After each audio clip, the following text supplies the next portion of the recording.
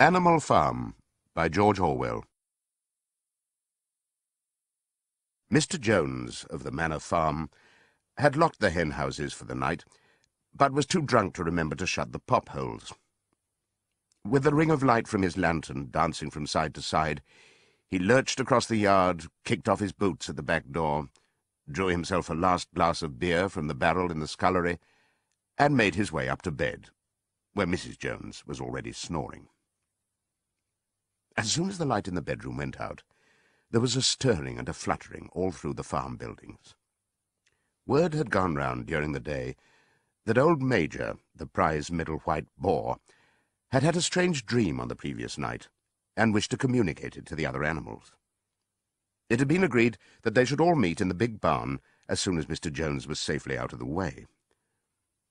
Old Major, so he was always called, though the name under which he had been exhibited was Willington Beauty, was so highly regarded on the farm that everyone was quite ready to lose an hour's sleep in order to hear what he had to say.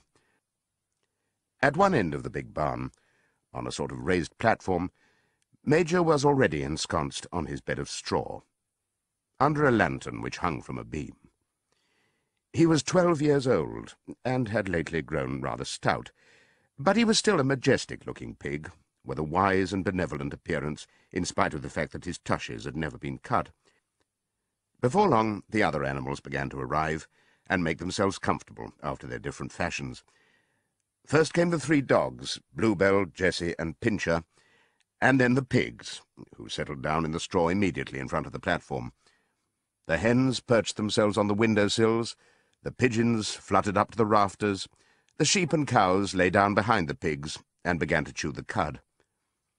The 2 cart horses, Boxer and Clover, came in together, walking very slowly, and setting down their vast hairy hoofs with great care, lest there should be some small animal concealed in the straw.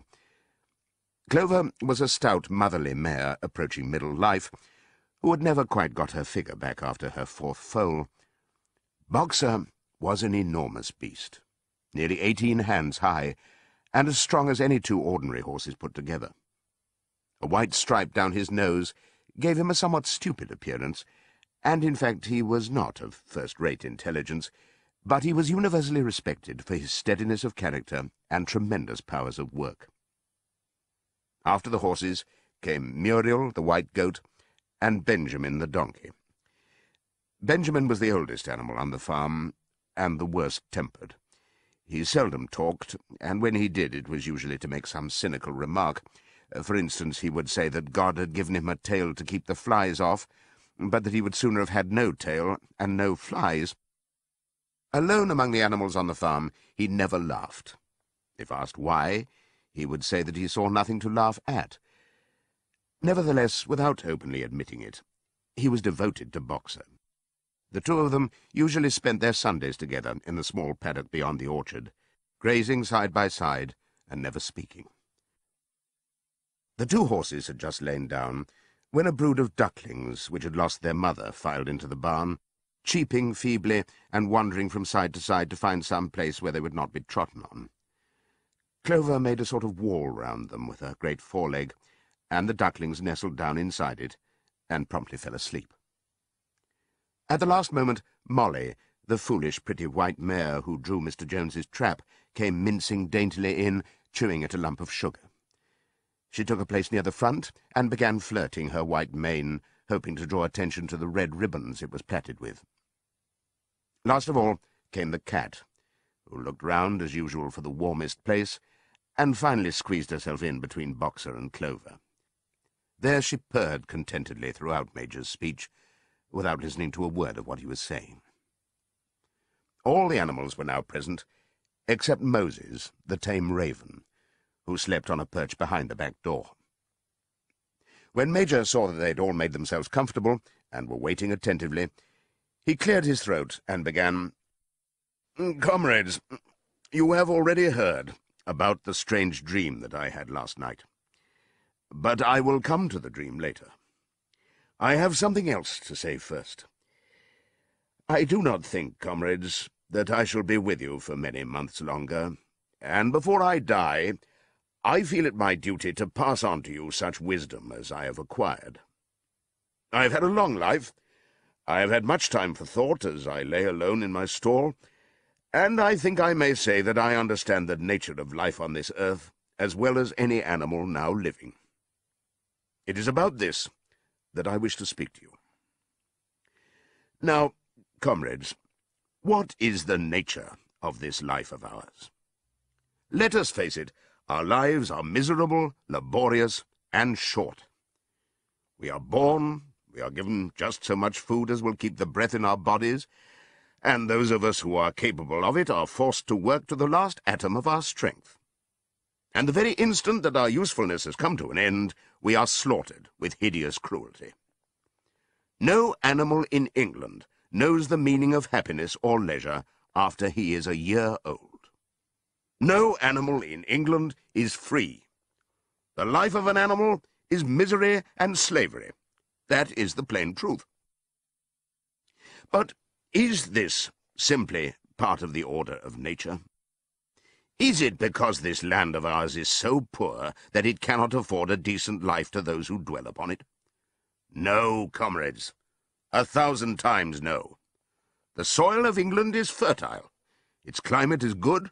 It is capable of affording food in abundance to an enormously greater number of animals than now inhabit it.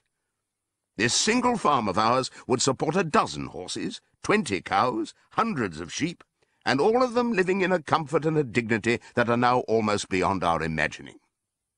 Why, then, do we continue in this miserable condition? Because nearly the whole of the produce of our labor is stolen from us by human beings. There, comrades, is the answer to all our problems. It is summed up in a single word: man. Man is the only real enemy we have. Remove man from the scene, and the root cause of hunger and overwork is abolished forever. Man is the only creature that consumes without producing. He does not give milk, he does not lay eggs, he is too weak to pull the plough, he cannot run fast enough to catch rabbits, yet he is lord of all the animals. He sets them to work, he gives back to them the bare minimum that will prevent them from starving, and the rest he keeps for himself. Our labor tills the soil, our dung fertilizes it, and yet there is not one of us that owns more than his bare skin. You cows that I see before me, how many thousands of gallons of milk have you given during this last year? And what has happened to that milk which should have been breeding up sturdy calves? Every drop of it has gone down the throats of our enemies. And you hens, how many eggs have you laid in this last year, and how many of those eggs ever hatched into chickens? The rest have all gone to market to bring in money for Jones and his men. And you, Clover, where are those 4 foals you bore, who should have been the support and pleasure of your old age? Each was sold at a year old. You will never see one of them again. In return for your 4 confinements and all your labor in the fields, what have you ever had except your bare rations and a stall? And even the miserable lives we lead are not allowed to reach their natural span. For myself, I do not grumble, for I am one of the lucky ones. I am 12 years old, and have had over 400 children. Such is the natural life of a pig. But no animal escapes the cruel knife in the end. You young porkers who are sitting in front of me, every one of you will scream your lives out at the block within a year. To that horror we all must come. Cows, pigs, hens, sheep, everyone. Even the horses and the dogs have no better fate. You, Boxer, the very day that those great muscles of yours lose their power, Jones will sell you to the knacker, who will cut your throat and boil you down for the foxhounds. As for the dogs, when they grow old and toothless, Jones ties a brick round their necks and drowns them in the nearest pond. Is it not crystal clear, then, comrades, that all the evils of this life of ours spring from the tyranny of human beings? Only get rid of man, and the produce of our labor would be our own. Almost overnight we could become rich and free. What, then, must we do? Why, work night and day, body and soul, for the overthrow of the human race. That is my message to you, comrades. Rebellion. I do not know when that rebellion will come. It might be in a week or in 100 years. But I know, as surely as I see this straw beneath my feet, that sooner or later justice will be done. Fix your eyes on that, comrades, throughout the short remainder of your lives. And above all, pass on this message of mine to those who come after you, so that future generations shall carry on the struggle until it is victorious. And remember, comrades, your resolution must never falter. No argument must lead you astray. Never listen when they tell you that man and the animals have a common interest, that the prosperity of the one is the prosperity of the others. It is all lies. Man serves the interests of no creature except himself. And among us animals, let there be perfect unity, perfect comradeship in the struggle. All men are enemies. All animals are comrades. At this moment there was a tremendous uproar. While Major was speaking, 4 large rats had crept out of their holes and were sitting on their hind quarters, listening to him. The dogs had suddenly caught sight of them, and it was only by a swift dash for their holes that the rats saved their lives. Major raised his trotter for silence. "Comrades," he said, "here is a point that must be settled. The wild creatures, such as rats and rabbits, are they our friends or our enemies? Let us put it to the vote. I propose this question to the meeting. Are rats comrades?" The vote was taken at once, and it was agreed by an overwhelming majority that rats were comrades. There were only 4 dissentients, the 3 dogs and the cat, who was afterwards discovered to have voted on both sides.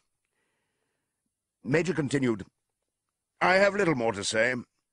I merely repeat, remember always your duty of enmity towards man and all his ways. Whatever goes upon 2 legs is an enemy. Whatever goes upon 4 legs, or has wings, is a friend. And remember also that in fighting against man, we must not come to resemble him. Even when you have conquered him, do not adopt his vices. No animal must ever live in a house, or sleep in a bed, or wear clothes, or drink alcohol, or smoke tobacco, or touch money, or engage in trade. All the habits of man are evil. And above all, no animal must ever tyrannize over his own kind. Weak or strong, clever or simple, we are all brothers. No animal must ever kill any other animal. All animals are equal. And now, comrades, I will tell you about my dream of last night. I cannot describe that dream to you. It was a dream of the earth as it will be when man has vanished. But it reminded me of something that I had long forgotten. Many years ago, when I was a little pig, my mother and the other sows used to sing an old song of which they knew only the tune and the first 3 words. I had known that tune in my infancy, but it had long since passed out of my mind. Last night, however, it came back to me in my dream. And what is more, the words of the song also came back. Words, I am certain, which were sung by the animals of long ago, and have been lost to memory for generations. I will sing you that song now, comrades. I am old, and my voice is hoarse, but when I have taught you the tune, you can sing it better for yourselves. It is called Beasts of England. Old Major cleared his throat and began to sing. As he had said, his voice was hoarse, but he sang well enough, and it was a stirring tune, something between Clementine and La Cucaracha.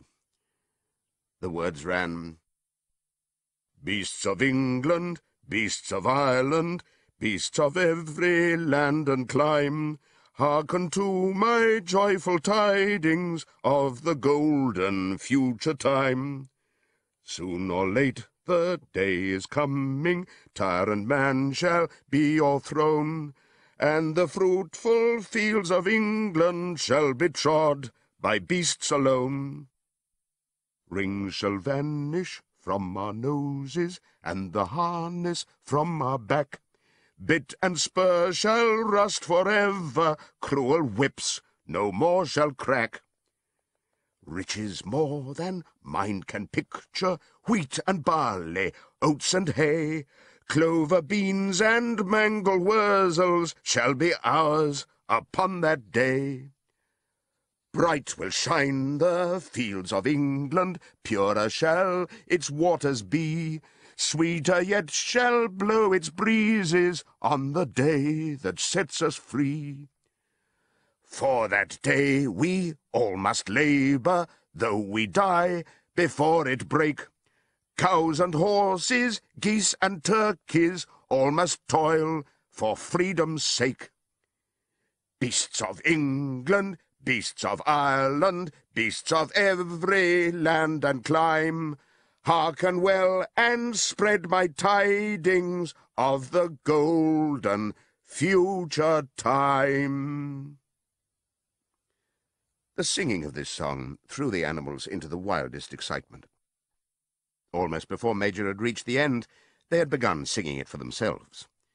Even the stupidest of them had already picked up the tune and a few of the words, and as for the clever ones, such as the pigs and dogs, they had the entire song by heart within a few minutes. And then, after a few preliminary tries, the whole farm burst out into Beasts of England in tremendous unison. The cows lowed it, the dogs whined it, the sheep bleated it, the horses whinnied it, the ducks quacked it. They were so delighted with the song that they sang it right through 5 times in succession, and might have continued singing it all night if they had not been interrupted. Unfortunately, the uproar awoke Mr. Jones, who sprang out of bed, making sure that there was a fox in the yard. He seized the gun which had always stood in a corner of his bedroom, and let fly a charge of No. 6 shot into the darkness. The pellets buried themselves in the wall of the barn, and the meeting broke up hurriedly. Everyone fled to his own sleeping place. The birds jumped onto their perches, the animals settled down in the straw, and the whole farm was asleep in a moment. 3 nights later, old Major died peacefully in his sleep. His body was buried at the foot of the orchard. This was early in March.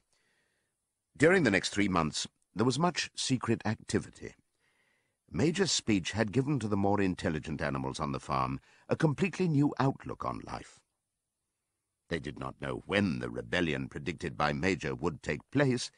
They had no reason for thinking that it would be within their own lifetime, but they saw clearly that it was their duty to prepare for it. The work of teaching and organizing the others fell naturally upon the pigs, who were generally recognized as being the cleverest of the animals.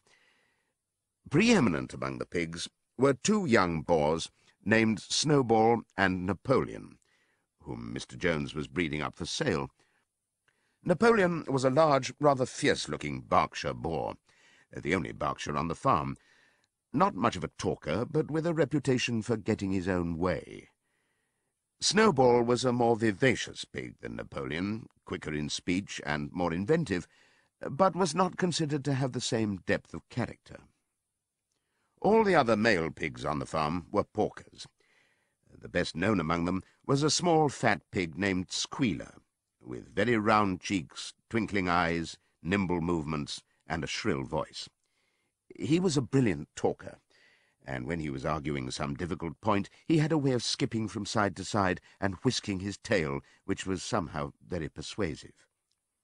The others said of Squealer that he could turn black into white. These 3 had elaborated old Major's teachings into a complete system of thought, to which they gave the name of animalism. Several nights a week, after Mr. Jones was asleep, they held secret meetings in the barn and expounded the principles of animalism to the others. At the beginning, they met with much stupidity and apathy.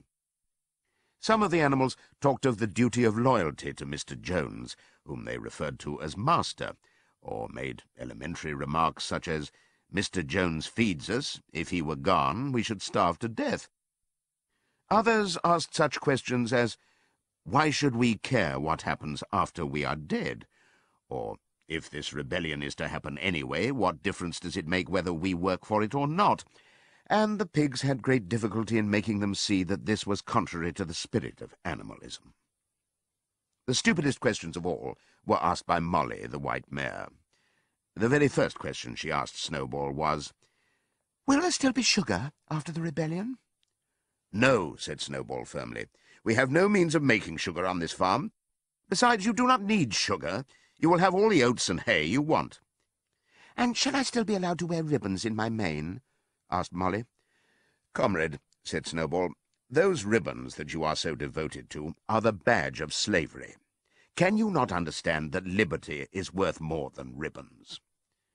Molly agreed, but she did not sound very convinced.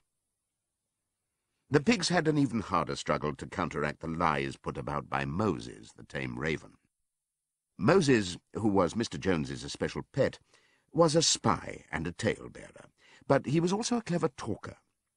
He claimed to know of the existence of a mysterious country called Sugar Candy Mountain, to which all animals went when they died. It was situated somewhere up in the sky, a little distance beyond the clouds, Moses said. In Sugar Candy Mountain it was Sunday 7 days a week. Clover was in season all the year round, and lump sugar and linseed cake grew on the hedges. The animals hated Moses because he told tales and did no work, but some of them believed in Sugar Candy Mountain, and the pigs had to argue very hard to persuade them that there was no such place. Their most faithful disciples were the 2 cart horses, Boxer and Clover. These two had great difficulty in thinking anything out for themselves, but having once accepted the pigs as their teachers, they absorbed everything that they were told and passed it on to the other animals by simple arguments. They were unfailing in their attendance at the secret meetings in the barn, and led the singing of Beasts of England, with which the meetings always ended. Now, as it turned out, the rebellion was achieved much earlier and more easily than anyone had expected. In past years, Mr. Jones, although a hard master, had been a capable farmer, but of late he had fallen on evil days. He had become much disheartened after losing money in a lawsuit, and had taken to drinking more than was good for him. For whole days at a time he would lounge in his Windsor chair in the kitchen, reading the newspapers, drinking, and occasionally feeding Moses on crusts of bread soaked in beer. His men were idle and dishonest. The fields were full of weeds, the buildings wanted roofing, the hedges were neglected, and the animals were underfed. June came, and the hay was almost ready for cutting. On Midsummer's Eve, which was a Saturday, Mr. Jones went into Willingdon and got so drunk at the Red Lion that he did not come back till midday on Sunday. The men had milked the cows in the early morning, and then had gone out rabbiting, without bothering to feed the animals.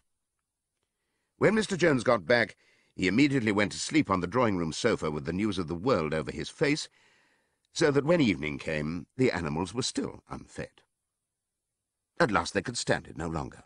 One of the cows broke in the door of the store shed with her horn, and all the animals began to help themselves from the bins. It was just then that Mr. Jones woke up. The next moment, he and his 4 men were in the store shed with whips in their hands, lashing out in all directions. This was more than the hungry animals could bear. With one accord, though nothing of the kind had been planned beforehand, they flung themselves upon their tormentors. Jones and his men suddenly found themselves being butted and kicked from all sides. The situation was quite out of their control. They had never seen animals behave like this before, and this sudden uprising of creatures whom they were used to thrashing and maltreating just as they chose frightened them almost out of their wits. After only a moment or two, they gave up trying to defend themselves and took to their heels. A minute later, all 5 of them were in full flight down the cart track that led to the main road, with the animals pursuing them in triumph. Mrs. Jones looked out of the bedroom window, saw what was happening, hurriedly flung a few possessions into a carpet bag, and slipped out of the farm by another way. Moses sprang off his perch and flapped after her, croaking loudly. Meanwhile, the animals had chased Jones and his men out onto the road and slammed the 5-barred gate behind them. And so, almost before they knew what was happening, the rebellion had been successfully carried through. Jones was expelled, and the manor farm was theirs. For the first few minutes, the animals could hardly believe in their good fortune. Their first act was to gallop in a body right round the boundaries of the farm, as though to make quite sure that no human being was hiding anywhere upon it. Then they raced back to the farm buildings to wipe out the last traces of Jones's hated reign. The harness room at the end of the stables was broken open. The bits, the nose rings, the dog chains, the cruel knives with which Mr. Jones had been used to castrate the pigs and lambs were all flung down the well. The reins, the halters, the blinkers, the degrading nose-bags were thrown onto the rubbish fire which was burning in the yard. So were the whips. All the animals capered with joy when they saw the whips going up in flames. Snowball also threw onto the fire the ribbons with which the horses' manes and tails had usually been decorated on market days. Ribbons, he said, should be considered as clothes, which are the mark of a human being. All animals should go naked. When Boxer heard this, he fetched the small straw hat which he wore in summer to keep the flies out of his ears, and flung it onto the fire with the rest. In a very little while, the animals had destroyed everything that reminded them of Mr. Jones. Napoleon then led them back to the store shed and served out a double ration of corn to everybody, with 2 biscuits for each dog. Then they sang Beasts of England from end to end 7 times running, and after that they settled down for the night and slept as they had never slept before. But they woke at dawn as usual, and suddenly remembering the glorious thing that had happened, they all raced out into the pasture together. A little way down the pasture there was a knoll that commanded a view of most of the farm. The animals rushed to the top of it and gazed round them in the clear morning light. Yes, it was theirs. Everything that they could see was theirs. In the ecstasy of that thought, they gambolled round and round. They hurled themselves into the air in great leaps of excitement. They rolled in the dew. They cropped mouthfuls of the sweet summer grass. They kicked up clods of the black earth and snuffed its rich scent. Then they made a tour of inspection of the whole farm, and surveyed with speechless admiration the ploughland, the hayfield, the orchard, the pool, the spinney.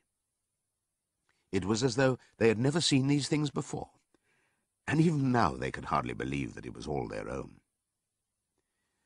Then they filed back to the farm buildings and halted in silence outside the door of the farmhouse. That was theirs too, but they were frightened to go inside.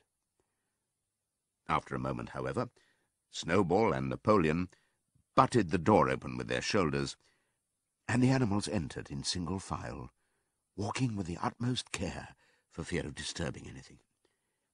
They tiptoed from room to room, afraid to speak above a whisper, and gazing with a kind of awe at the unbelievable luxury, at the beds with their feather mattresses, the looking-glasses, the horsehair sofa, the Brussels carpet, the lithograph of Queen Victoria over the drawing-room mantelpiece. They were just coming down the stairs when Molly was discovered to be missing. Going back, the others found that she had remained behind in the best bedroom. She had taken a piece of blue ribbon from Mrs. Jones's dressing-table and was holding it against her shoulder and admiring herself in the glass in a very foolish manner. The others reproached her sharply, and they went outside. Some hams hanging in the kitchen were taken out for burial, and the barrel of beer in the scullery was stove in with a kick from Boxer's hoof. Otherwise, nothing in the house was touched. A unanimous resolution was passed on the spot that the farmhouse should be preserved as a museum. All were agreed that no animal must ever live there. The animals had their breakfast, and then Snowball and Napoleon called them together again. "Comrades," said Snowball, "it is 6:30, and we have a long day before us. Today we begin the hay harvest. But there is another matter that must be attended to first. The pigs now revealed that during the past 3 months they had taught themselves to read and write from an old spelling book which had belonged to Mr. Jones's children and which had been thrown on the rubbish heap. Napoleon sent for pots of black and white paint and led the way down to the 5-barred gate that gave onto the main road. Then Snowball, for it was Snowball who was best at writing, took a brush between the 2 knuckles of his trotter, painted out Manor Farm from the top bar of the gate, and in its place painted Animal Farm. This was to be the name of the farm from now onwards. After this they went back to the farm buildings, where Snowball and Napoleon sent for a ladder which they caused to be set against the end wall of the big barn. They explained that, by their studies of the past 3 months, the pigs had succeeded in reducing the principles of animalism to 7 commandments. These 7 commandments would now be inscribed on the wall. They would form an unalterable law by which all the animals on Animal Farm must live forever after. With some difficulty, for it is not easy for a pig to balance himself on a ladder, Snowball climbed up and set to work, with Squealer a few rungs below him, holding the paint-pot. The commandments were written on the tarred wall in great white letters that could be read 30 yards away. They ran thus. The 7 commandments. 1. Whatever goes upon 2 legs is an enemy. 2.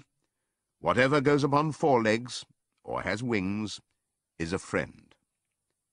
3. No animal shall wear clothes. 4. No animal shall sleep in a bed. 5. No animal shall drink alcohol. 6. No animal shall kill any other animal. 7. All animals are equal. It was very neatly written, and except that friend was written F-R-E-I-N-D, and one of the S's was the wrong way round, the spelling was correct all the way through. Snowball read it aloud for the benefit of the others. All the animals nodded in complete agreement, and the cleverer ones at once began to learn the commandments by heart. "Now, comrades," cried Snowball, throwing down the paintbrush, "to the hayfield. Let us make it a point of honour to get in the harvest more quickly than Jones and his men could do." But at this moment the 3 cows, who had seemed uneasy for some time past, set up a loud lowing. They had not been milked for 24 hours, and their udders were almost bursting. After a little thought, the pigs sent for buckets, and milked the cows fairly successfully, their trotters being well adapted to this task. Soon there were 5 buckets of frothy, creamy milk, at which many of the animals looked with considerable interest. "What is going to happen to all that milk?" said someone. "Jones used sometimes to mix some of it in our mash," said one of the hens. "Never mind the milk, comrades," cried Napoleon, placing himself in front of the buckets. "That will be attended to. The harvest is more important. Comrade Snowball will lead the way. I shall follow in a few minutes. Forward, comrades! The hay is waiting." So the animals trooped down to the hayfield to begin the harvest. And when they came back in the evening, it was noticed that the milk had disappeared. How they toiled and sweated to get their hay in! But their efforts were rewarded, for the harvest was an even bigger success than they had hoped. Sometimes the work was hard. The implements had been designed for human beings and not for animals, and it was a great drawback that no animal was able to use any tool that involved standing on his hind legs. But the pigs were so clever that they could think of a way round every difficulty. As for the horses, they knew every inch of the field, and in fact understood the business of mowing and raking far better than Jones and his men had ever done. The pigs did not actually work, but directed and supervised the others. With their superior knowledge, it was natural that they should assume the leadership. Boxer and Clover would harness themselves to the cutter or the horse-rake. No bits or reins were needed in these days, of course, and tramp steadily round and round the field, with a pig walking behind and calling out, "Gee up, comrade," or "Woe back, comrade," as the case might be. And every animal, down to the humblest, worked at turning the hay and gathering it. Even the ducks and hens toiled to and fro all day in the sun, carrying tiny wisps of hay in their beaks. In the end, they finished the harvest in 2 days less time than it had usually taken Jones and his men. Moreover, it was the biggest harvest that the farm had ever seen. There was no wastage whatever. The hens and ducks, with their sharp eyes, had gathered up the very last stalk. And not an animal on the farm had stolen so much as a mouthful. All through that summer, the work of the farm went like clockwork. The animals were happy as they had never conceived it possible to be. Every mouthful of food was an acute positive pleasure, now that it was truly their own food, produced by themselves and for themselves, not doled out to them by a grudging master. With the worthless parasitical human beings gone, there was more for everyone to eat. There was more leisure, too, inexperienced though the animals were. They met with many difficulties. For instance, later in the year, when they harvested the corn, they had to tread it out in the ancient style and blow away the chaff with their breath, since the farm possessed no threshing machine. But the pigs, with their cleverness, and Boxer, with his tremendous muscles, always pulled them through. Boxer was the admiration of everybody. He had been a hard worker, even in Jones's time, but now he seemed more like 3 horses than 1. There were days when the entire work of the farm seemed to rest upon his mighty shoulders. From morning to night he was pushing and pulling, always at the spot where the work was hardest. He had made an arrangement with one of the cockerels to call him in the mornings half an hour earlier than anyone else, and would put in some volunteer labour at whatever seemed to be most needed before the regular day's work began. His answer to every problem, every setback, was, "I will work harder," which he had adopted as his personal motto. But everyone worked according to his capacity. The hens and ducks, for instance, saved 5 bushels of corn at the harvest by gathering up the stray grains. Nobody stole, nobody grumbled over his rations. The quarrelling and biting and jealousy, which had been normal features of life in the old days, had almost disappeared. Nobody shirked, or almost nobody. Molly, it was true, was not good at getting up in the mornings, and had a way of leaving work early on the ground that there was a stone in her hoof. And the behaviour of the cat was somewhat peculiar. It was soon noticed that when there was work to be done, the cat could never be found. She would vanish for hours on end, and then reappear at meal times, or in the evening after work was over, as though nothing had happened. But she always made such excellent excuses and purred so affectionately that it was impossible not to believe in her good intentions. Old Benjamin the donkey seemed quite unchanged since the rebellion. He did his work in the same slow, obstinate way as he had done it in Jones's time, never shirking, and never volunteering for extra work either. About the rebellion and its results, he would express no opinion. When asked whether he was not happier now that Jones was gone, he would say only, "Donkeys live a long time.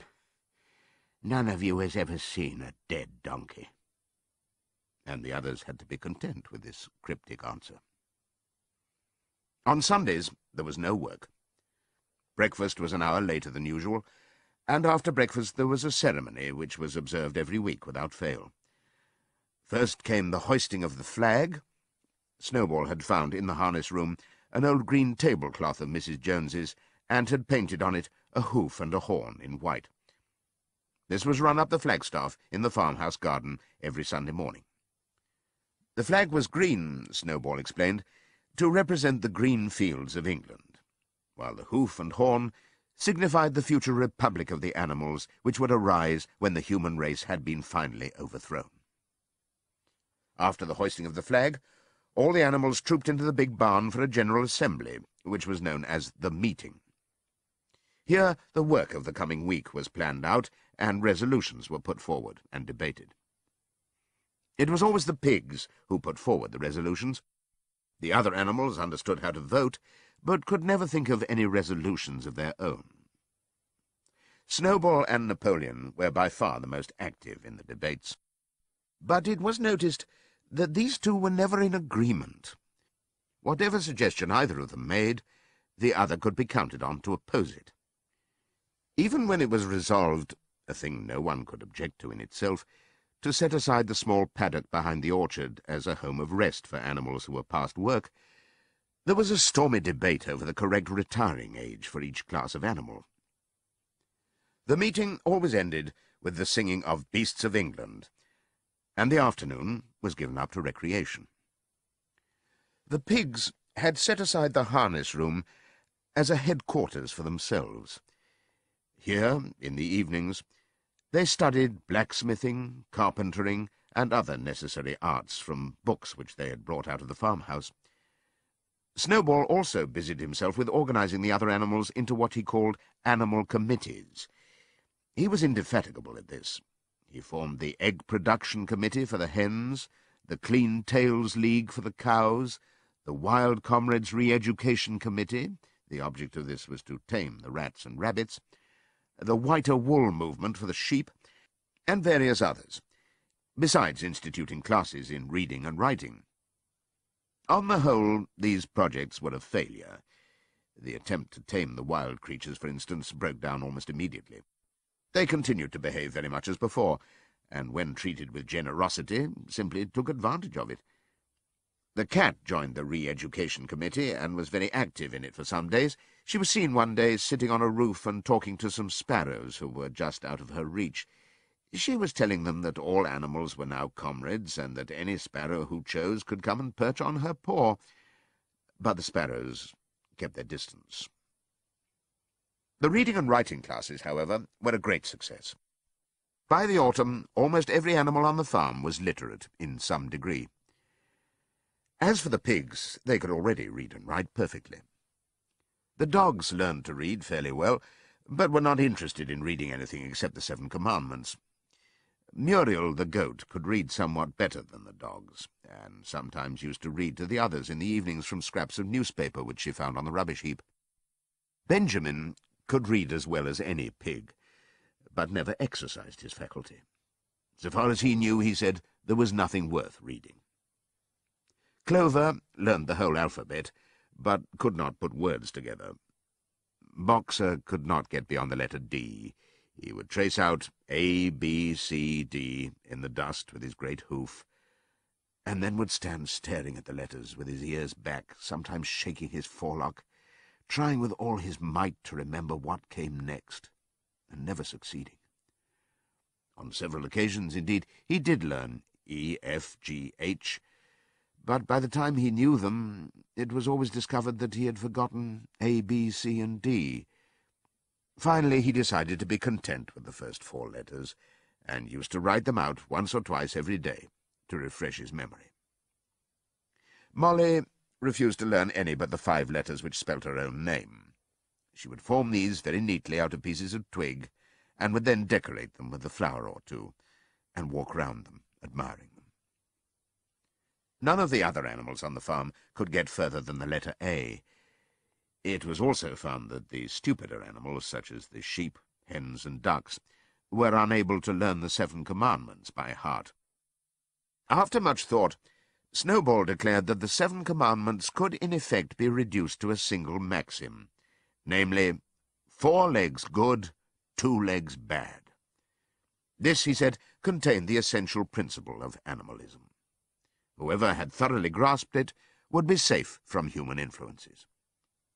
The birds at first objected, since it seemed to them that they also had 2 legs, but Snowball proved to them that this was not so. A bird's wing, comrades, he said, is an organ of propulsion and not of manipulation. It should therefore be regarded as a leg. The distinguishing mark of man is the hand, the instrument with which he does all his mischief.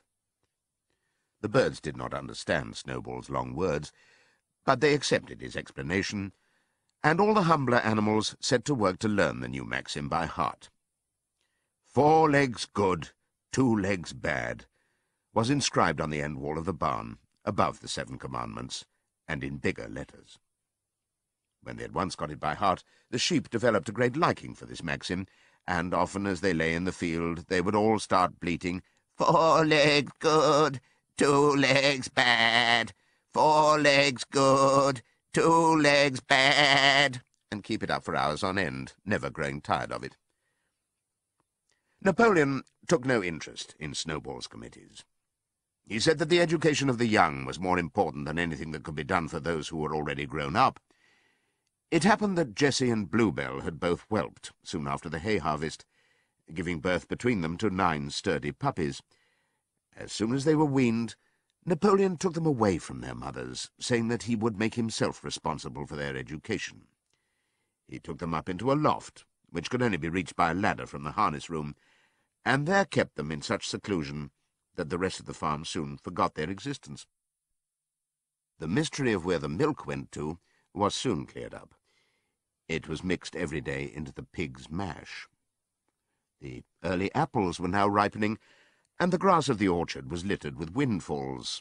The animals had assumed, as a matter of course, that these would be shared out equally.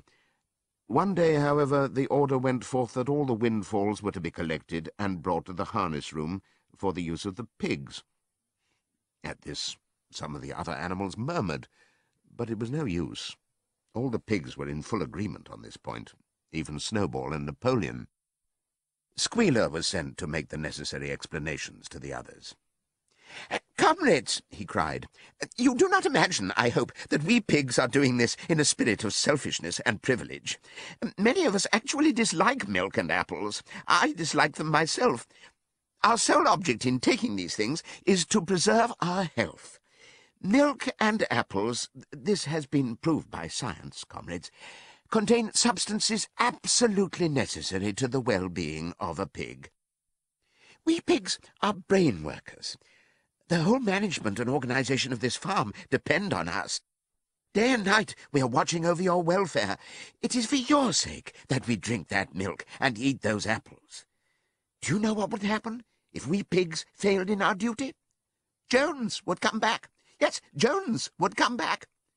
Surely, comrades," cried Squealer, almost pleadingly, skipping from side to side and whisking his tail, "surely there is no one among you who wants to see Jones come back."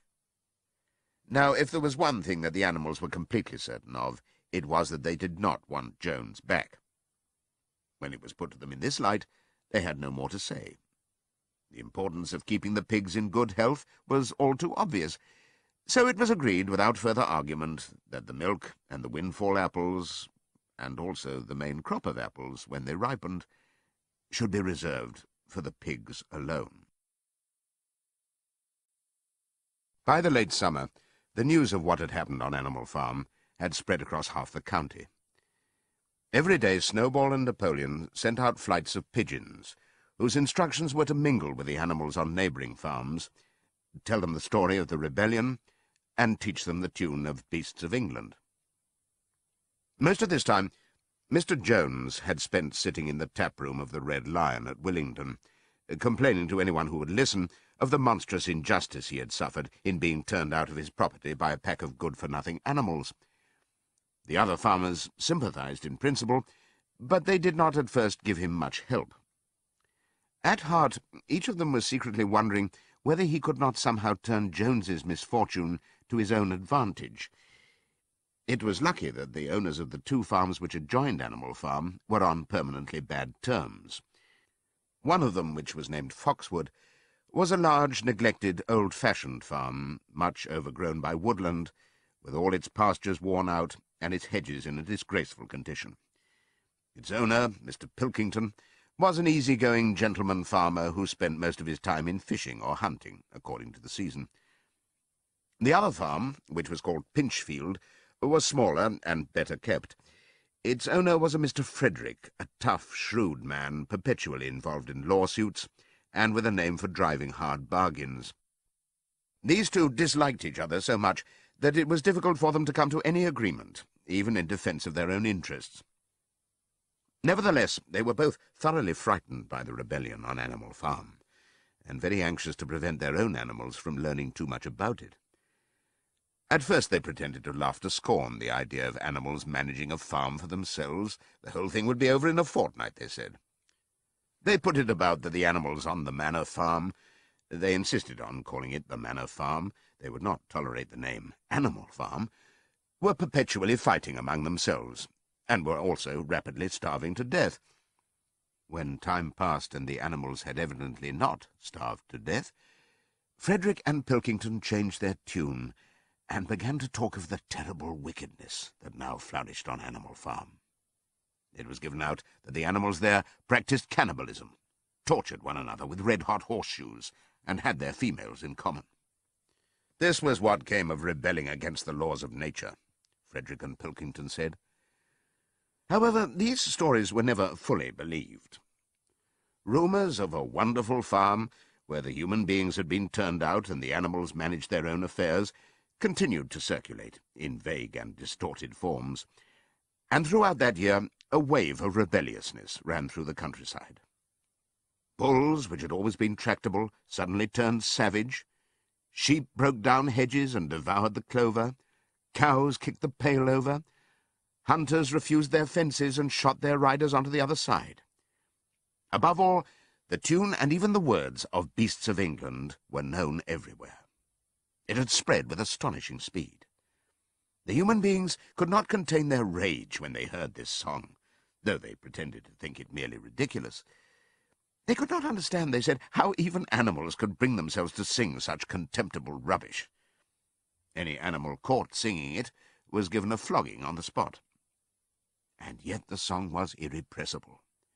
The blackbirds whistled it in the hedges, the pigeons cooed it in the elms, it got into the din of the smithies and the tune of the church bells.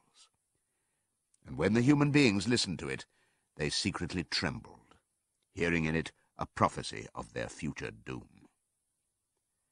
Early in October, when the corn was cut and stacked and some of it was already threshed, a flight of pigeons came whirling through the air and alighted in the yard of Animal Farm in the wildest excitement.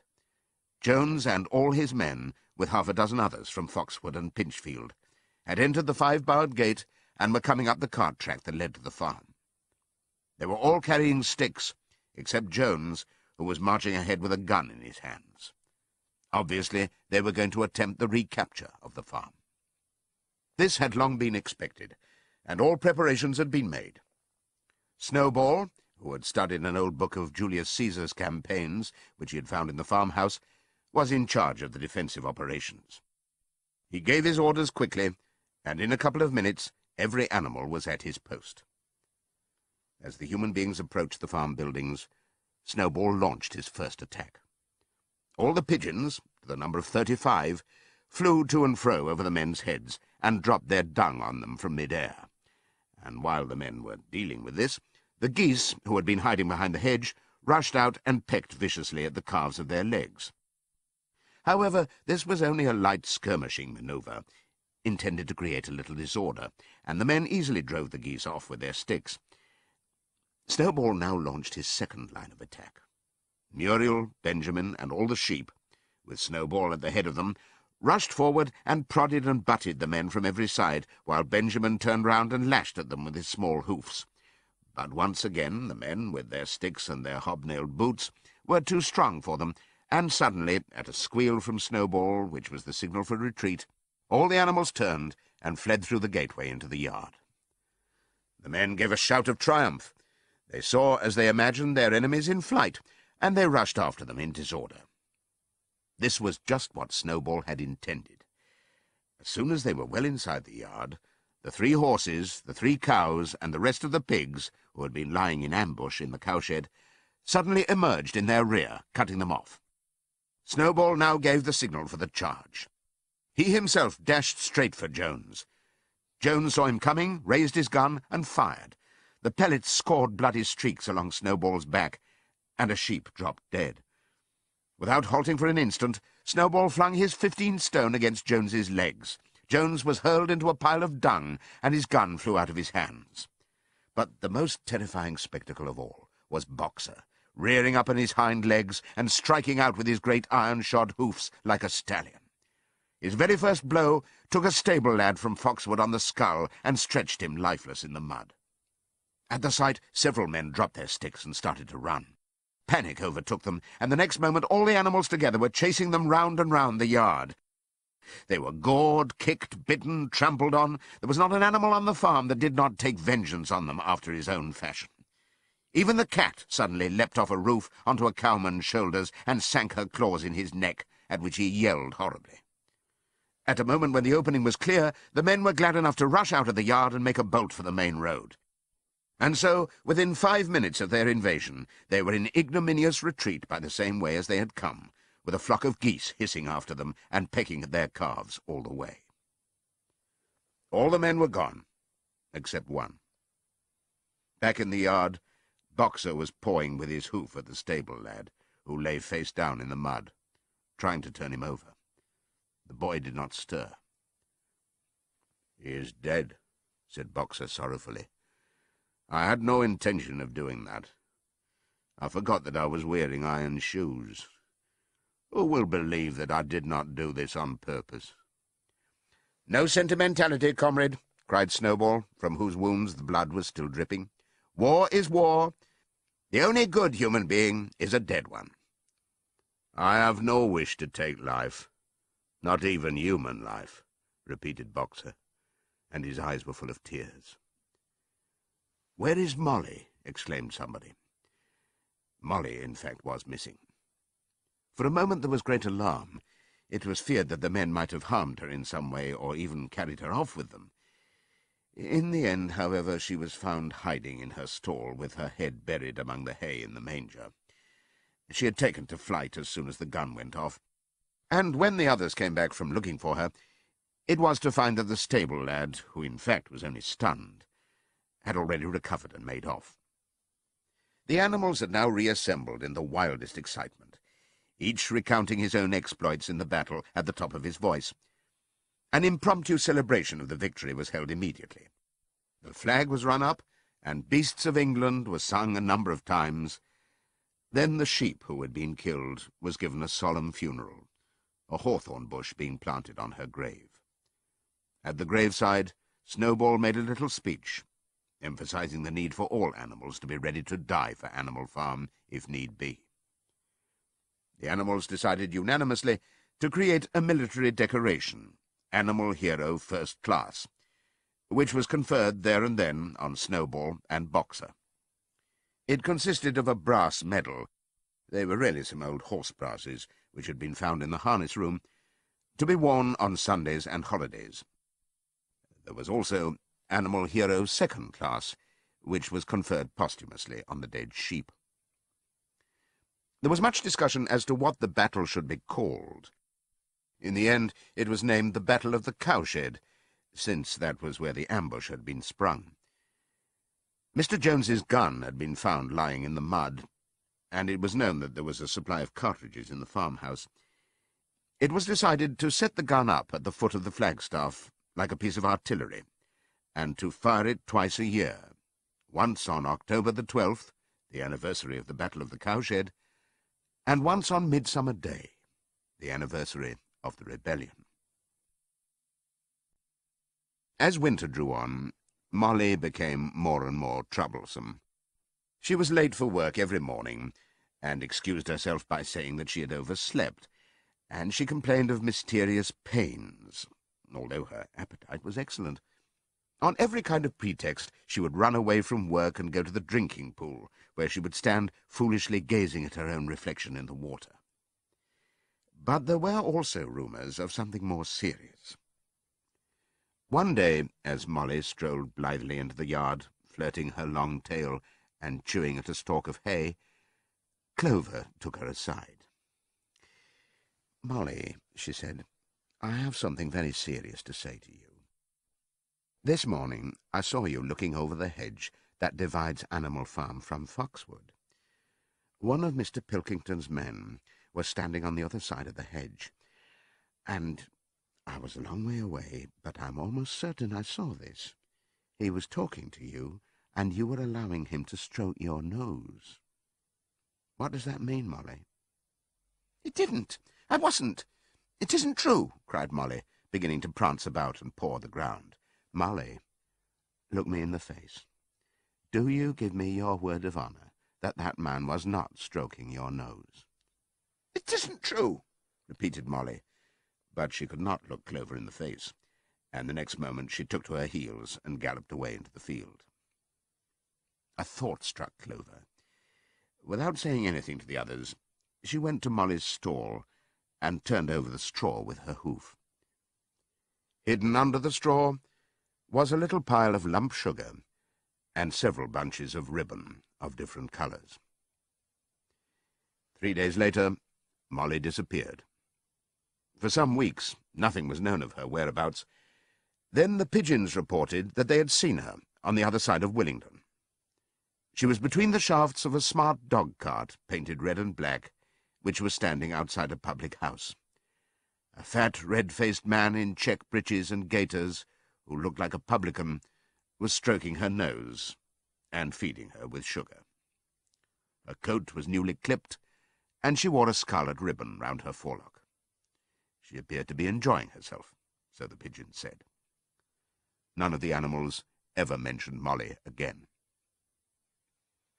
In January, there came bitterly hard weather. The earth was like iron, and nothing could be done in the fields. Many meetings were held in the big barn, and the pigs occupied themselves with planning out the work of the coming season. It had come to be accepted that the pigs, who were manifestly cleverer than the other animals, should decide all questions of farm policy, though their decisions had to be ratified by a majority vote. This arrangement would have worked well enough if it had not been for the disputes between Snowball and Napoleon. These two disagreed at every point where disagreement was possible. If one of them suggested sowing a bigger acreage with barley, the other was certain to demand a bigger acreage of oats, and if one of them said that such and such a field was just right for cabbages, the other would declare that it was useless for anything except roots. Each had his own following, and there were some violent debates. At the meetings, Snowball often won over the majority by his brilliant speeches, but Napoleon was better at canvassing support for himself in between times. He was especially successful with the sheep. Of late the sheep had taken to bleating, 4 legs good, 2 legs bad, both in and out of season, and they often interrupted the meeting with this. It was noticed that they were especially liable to break into 4 legs good, 2 legs bad at crucial moments in Snowball's speeches. Snowball had made a close study of some back numbers of the farmer and stock breeder which he had found in the farmhouse, and was full of plans for innovations and improvements. He talked learnedly about field drains, silage, and basic slag, and had worked out a complicated scheme for all the animals to drop their dung directly in the fields at a different spot every day, to save the labour of cartage. Napoleon produced no schemes of his own, but said quietly that Snowball's would come to nothing, and seemed to be biding his time. But of all their controversies, none was so bitter as the one that took place over the windmill. In the long pasture, not far from the farm buildings, there was a small knoll, which was the highest point on the farm. After surveying the ground, Snowball declared that this was just the place for a windmill, which could be made to operate a dynamo and supply the farm with electrical power. This would light the stalls and warm them in winter, and would also run a circular saw, a chaff cutter, a mangle slicer, and an electric milking machine. The animals had never heard of anything of this kind before, for the farm was an old-fashioned one and had only the most primitive machinery, and they listened in astonishment, while Snowball conjured up pictures of fantastic machines which would do their work for them, while they grazed at their ease in the fields, or improved their minds with reading and conversation. Within a few weeks, Snowball's plans for the windmill were fully worked out. The mechanical details came mostly from 3 books which had belonged to Mr. Jones: 1,000 Useful Things to Do About the House, Every Man His Own Bricklayer, and Electricity for Beginners. Snowball used as his study a shed which had once been used for incubators and had a smooth wooden floor suitable for drawing on. He was closeted there for hours at a time. With his books held open by a stone, and with a piece of chalk gripped between the knuckles of his trotter, he would move rapidly to and fro, drawing in line after line, and uttering little whimpers of excitement. Gradually the plans grew into a complicated mass of cranks and cog-wheels, covering more than half the floor, which the other animals found completely unintelligible, but very impressive. All of them came to look at Snowball's drawings at least once a day. Even the hens and ducks came, and were at pains not to tread on the chalk marks. Only Napoleon held aloof. He had declared himself against the windmill from the start. One day, however, he arrived unexpectedly to examine the plans. He walked heavily round the shed, looked closely at every detail of the plans, and snuffed at them once or twice, then stood for a little while contemplating them out of the corner of his eye. Then suddenly he lifted his leg, urinated over the plans, and walked out without uttering a word. The whole farm was deeply divided on the subject of the windmill. Snowball did not deny that to build it would be a difficult business. Stone would have to be quarried and built up into walls, then the sails would have to be made, and after that there would be need for dynamos and cables. How these were to be procured, Snowball did not say, but he maintained that it could all be done in a year, and thereafter, he declared, so much labour would be saved that the animals would only need to work 3 days a week. Napoleon, on the other hand, argued that the great need of the moment was to increase food production, and that if they wasted time on the windmill, they would all starve to death. The animals formed themselves into 2 factions, under the slogans, "Vote for Snowball and the 3-day week," and "Vote for Napoleon and the full manger." Benjamin was the only animal who did not side with either faction.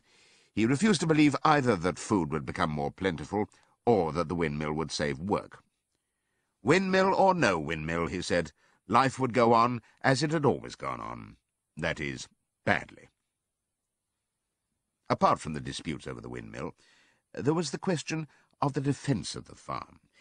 It was fully realized that though the human beings had been defeated in the Battle of the Cowshed, they might make another and more determined attempt to recapture the farm and reinstate Mr. Jones. They had all the more reason for doing so, because the news of their defeat had spread across the countryside and made the animals on the neighbouring farms more restive than ever. As usual, Snowball and Napoleon were in disagreement. According to Napoleon, what the animals must do was to procure firearms and train themselves in the use of them. According to Snowball, they must send out more and more pigeons and stir up rebellion among the animals on the other farms. The one argued that if they could not defend themselves, they were bound to be conquered. The other argued that if rebellions happened everywhere, they would have no need to defend themselves. The animals listened first to Napoleon, then to Snowball, and could not make up their minds which was right. Indeed, they always found themselves in agreement with the one who was speaking at the moment. At last the day came when Snowball's plans were completed. At the meeting on the following Sunday, the question of whether or not to begin work on the windmill was to be put to the vote.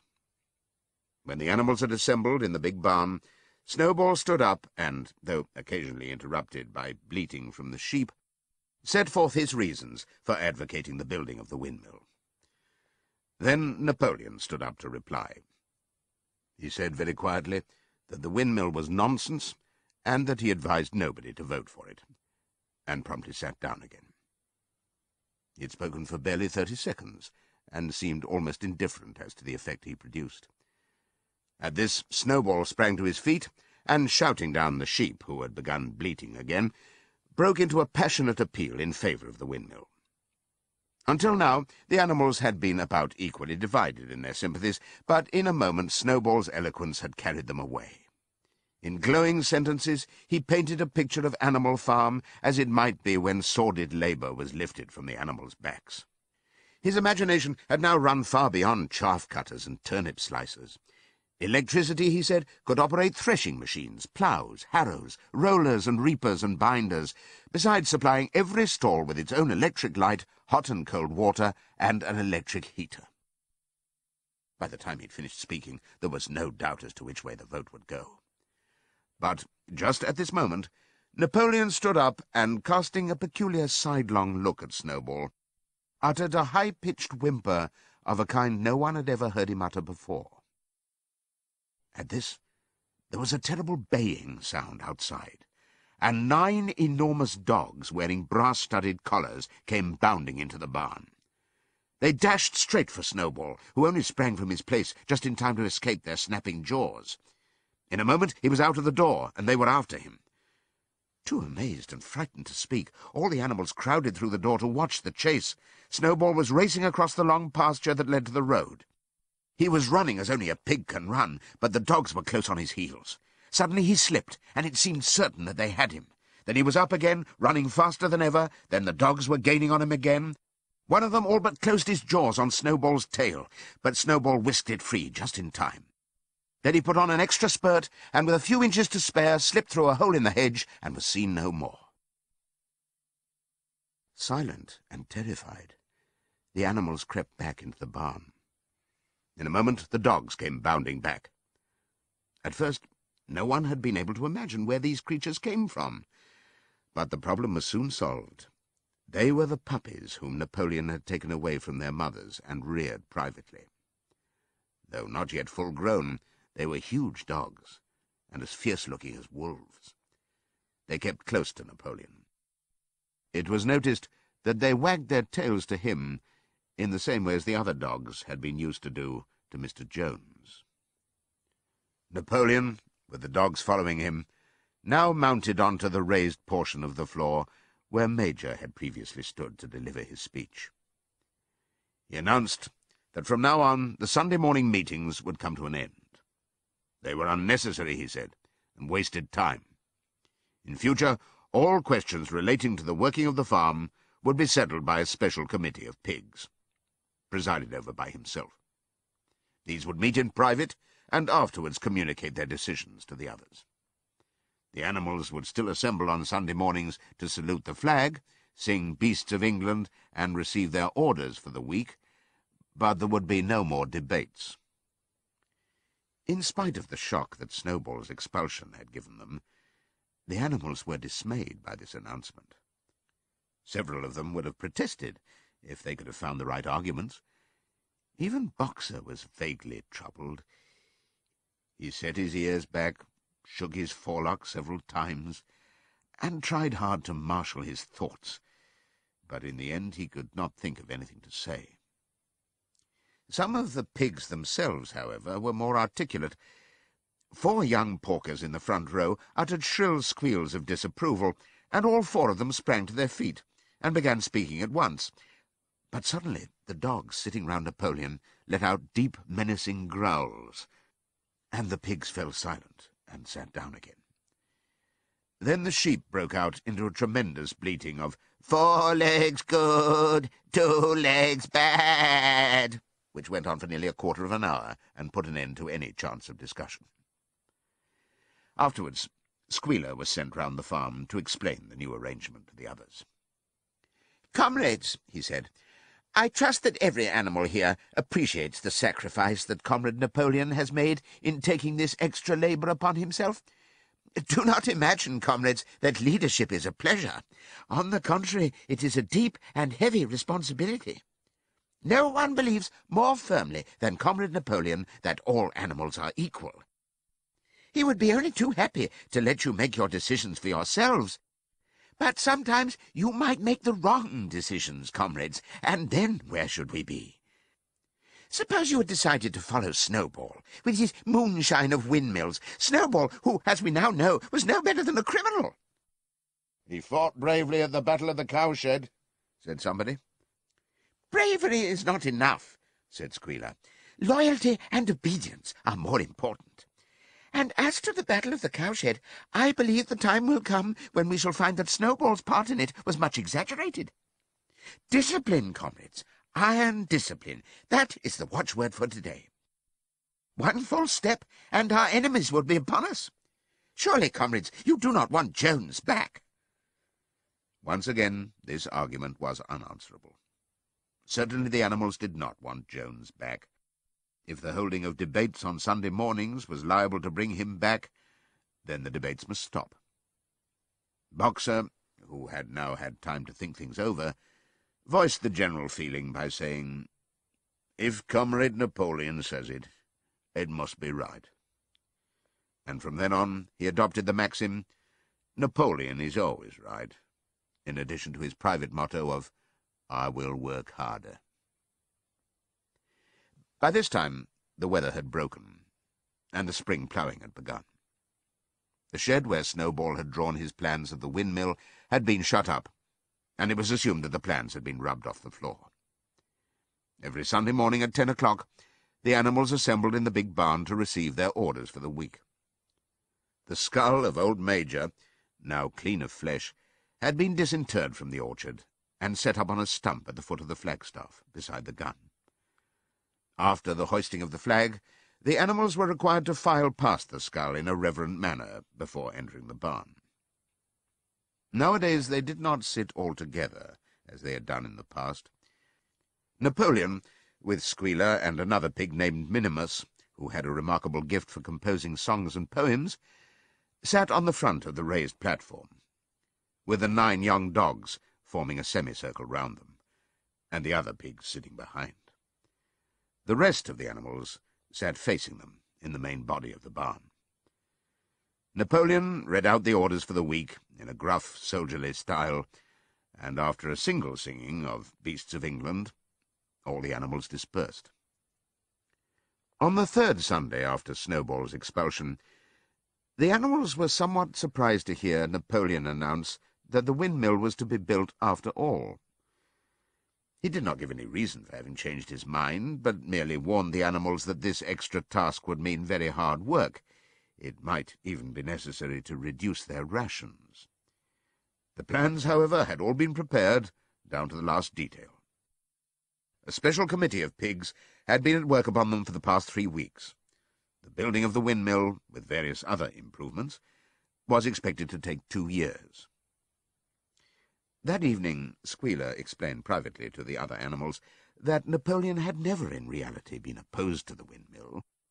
On the contrary, it was he who had advocated it in the beginning, and the plan which Snowball had drawn on the floor of the incubator shed had actually been stolen from among Napoleon's papers. The windmill was, in fact, Napoleon's own creation. Why, then, asked somebody, had he spoken so strongly against it? Here Squealer looked very sly. That, he said, was Comrade Napoleon's cunning.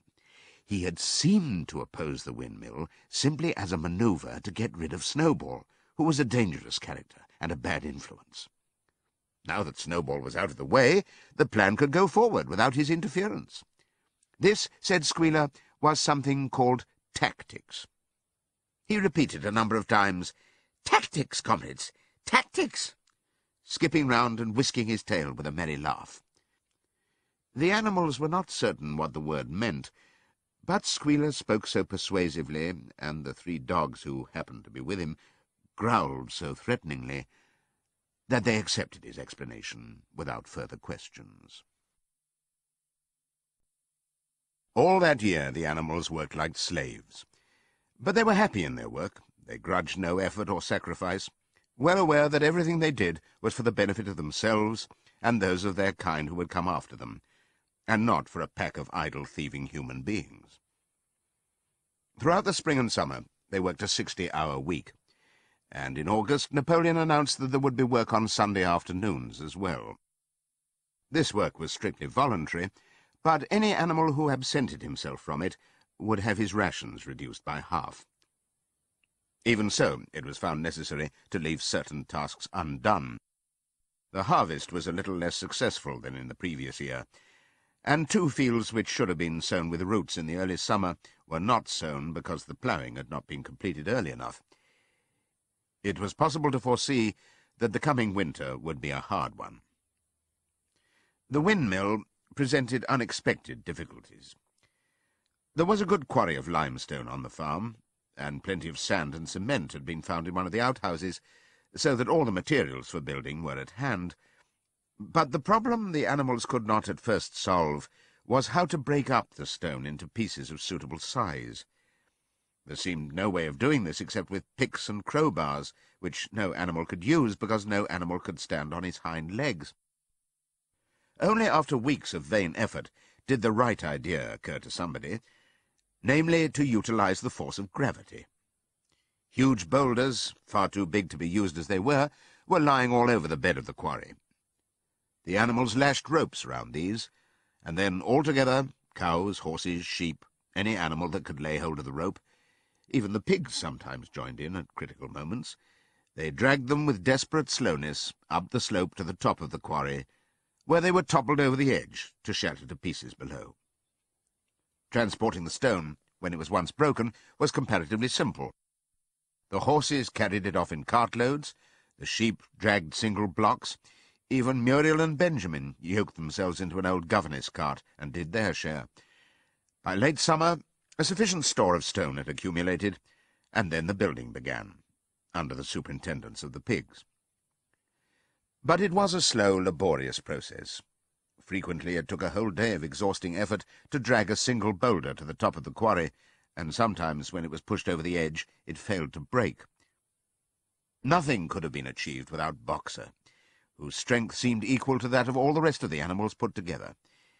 When the boulder began to slip, and the animals cried out in despair at finding themselves dragged down the hill, it was always Boxer who strained himself against the rope and brought the boulder to a stop. To see him toiling up the slope, inch by inch, his breath coming fast, the tips of his hoofs clawing at the ground, and his great sides matted with sweat, filled everyone with admiration. Clover warned him sometimes to be careful not to overstrain himself, but Boxer would never listen to her. His two slogans, "I will work harder," and "Napoleon is always right," seemed to him a sufficient answer to all problems. He had made arrangements with the cockerel to call him 3/4 of an hour earlier in the mornings instead of half an hour. And in his spare moments, of which there were not many nowadays, he would go alone to the quarry, collect a load of broken stone, and drag it down to the site of the windmill unassisted. The animals were not badly off throughout that summer, in spite of the hardness of their work. If they had no more food than they had had in Jones's day, at least they did not have less. The advantage of only having to feed themselves and not having to support 5 extravagant human beings as well was so great that it would have taken a lot of failures to outweigh it. And in many ways the animal method of doing things was more efficient and saved labour. Such jobs as weeding, for instance, could be done with a thoroughness impossible to human beings. And again, since no animal now stole, it was unnecessary to fence off pasture from arable land, which saved a lot of labour on the upkeep of hedges and gates. Nevertheless, as the summer wore on, various unforeseen shortages began to make themselves felt. There was need of paraffin oil, nails, string, dog biscuits, and iron for the horses' shoes, none of which could be produced on the farm. Later there would also be need for seeds and artificial manures, besides various tools, and finally the machinery for the windmill. How these were to be procured, no one was able to imagine. One Sunday morning, when the animals assembled to receive their orders, Napoleon announced that he had decided upon a new policy. From now onwards, Animal Farm would engage in trade with the neighbouring farms. Not, of course, for any commercial purpose, but simply in order to obtain certain materials which were urgently necessary. The needs of the windmill must override everything else, he said. He was therefore making arrangements to sell a stack of hay and part of the current year's wheat crop, and later on, if more money were needed, it would have to be made up by the sale of eggs, for which there was always a market in Willingdon. The hens, said Napoleon, should welcome this sacrifice as their own special contribution towards the building of the windmill. Once again the animals were conscious of a vague uneasiness. Never to have any dealings with human beings, never to engage in trade, never to make use of money. Had not these been among the earliest resolutions passed at that first triumphant meeting, after Jones was expelled? All the animals remembered passing such resolutions, or at least they thought that they remembered it. The 4 young pigs who had protested when Napoleon abolished the meetings raised their voices timidly, but they were promptly silenced by a tremendous growling from the dogs. Then, as usual, the sheep broke into 4 legs good, 2 legs bad, and the momentary awkwardness was smoothed over. Finally, Napoleon raised his trotter for silence and announced that he had already made all the arrangements. There would be no need for any of the animals to come into contact with human beings, which would clearly be most undesirable. He intended to take the whole burden upon his own shoulders. Mr. Whymper, a solicitor living in Willingdon, had agreed to act as intermediary between Animal Farm and the outside world, and would visit the farm every Monday morning to receive his instructions. Napoleon ended his speech with his usual cry of "Long live Animal Farm," and after the singing of "Beasts of England," the animals were dismissed. Afterwards, Squealer made a round of the farm and set the animals' minds at rest. He assured them that the resolution against engaging in trade and using money had never been passed, or even suggested. It was pure imagination, probably traceable in the beginning to lies circulated by Snowball. A few animals still felt faintly doubtful, but Squealer asked them shrewdly, "Are you certain that this is not something you have dreamed, comrades? Have you any record of such a resolution? Is it written down anywhere?" And since it was certainly true that nothing of the kind existed in writing, the animals were satisfied that they had been mistaken. Every Monday, Mr. Whymper visited the farm as had been arranged. He was a sly-looking little man with side whiskers, a solicitor in a very small way of business, but sharp enough to have realized earlier than anyone else that Animal Farm would need a broker, and that the commissions would be worth having. The animals watched his coming and going with a kind of dread, and avoided him as much as possible. Nevertheless, the sight of Napoleon on all fours delivering orders to Whymper, who stood on 2 legs, roused their pride and partly reconciled them to the new arrangement. Their relations with the human race were now not quite the same as they had been before. The human beings did not hate Animal Farm any less now that it was prospering. Indeed, they hated it more than ever. Every human being held it as an article of faith that the farm would go bankrupt sooner or later, and above all that the windmill would be a failure. They would meet in the public houses and prove to one another by means of diagrams that the windmill was bound to fall down, or that if it did stand up, then that it would never work. And yet, against their will, they had developed a certain respect for the efficiency with which the animals were managing their own affairs. One symptom of this was that they had begun to call Animal Farm by its proper name, and ceased to pretend that it was called the Manor Farm. They had also dropped their championship of Jones, who had given up hope of getting his farm back and gone to live in another part of the county.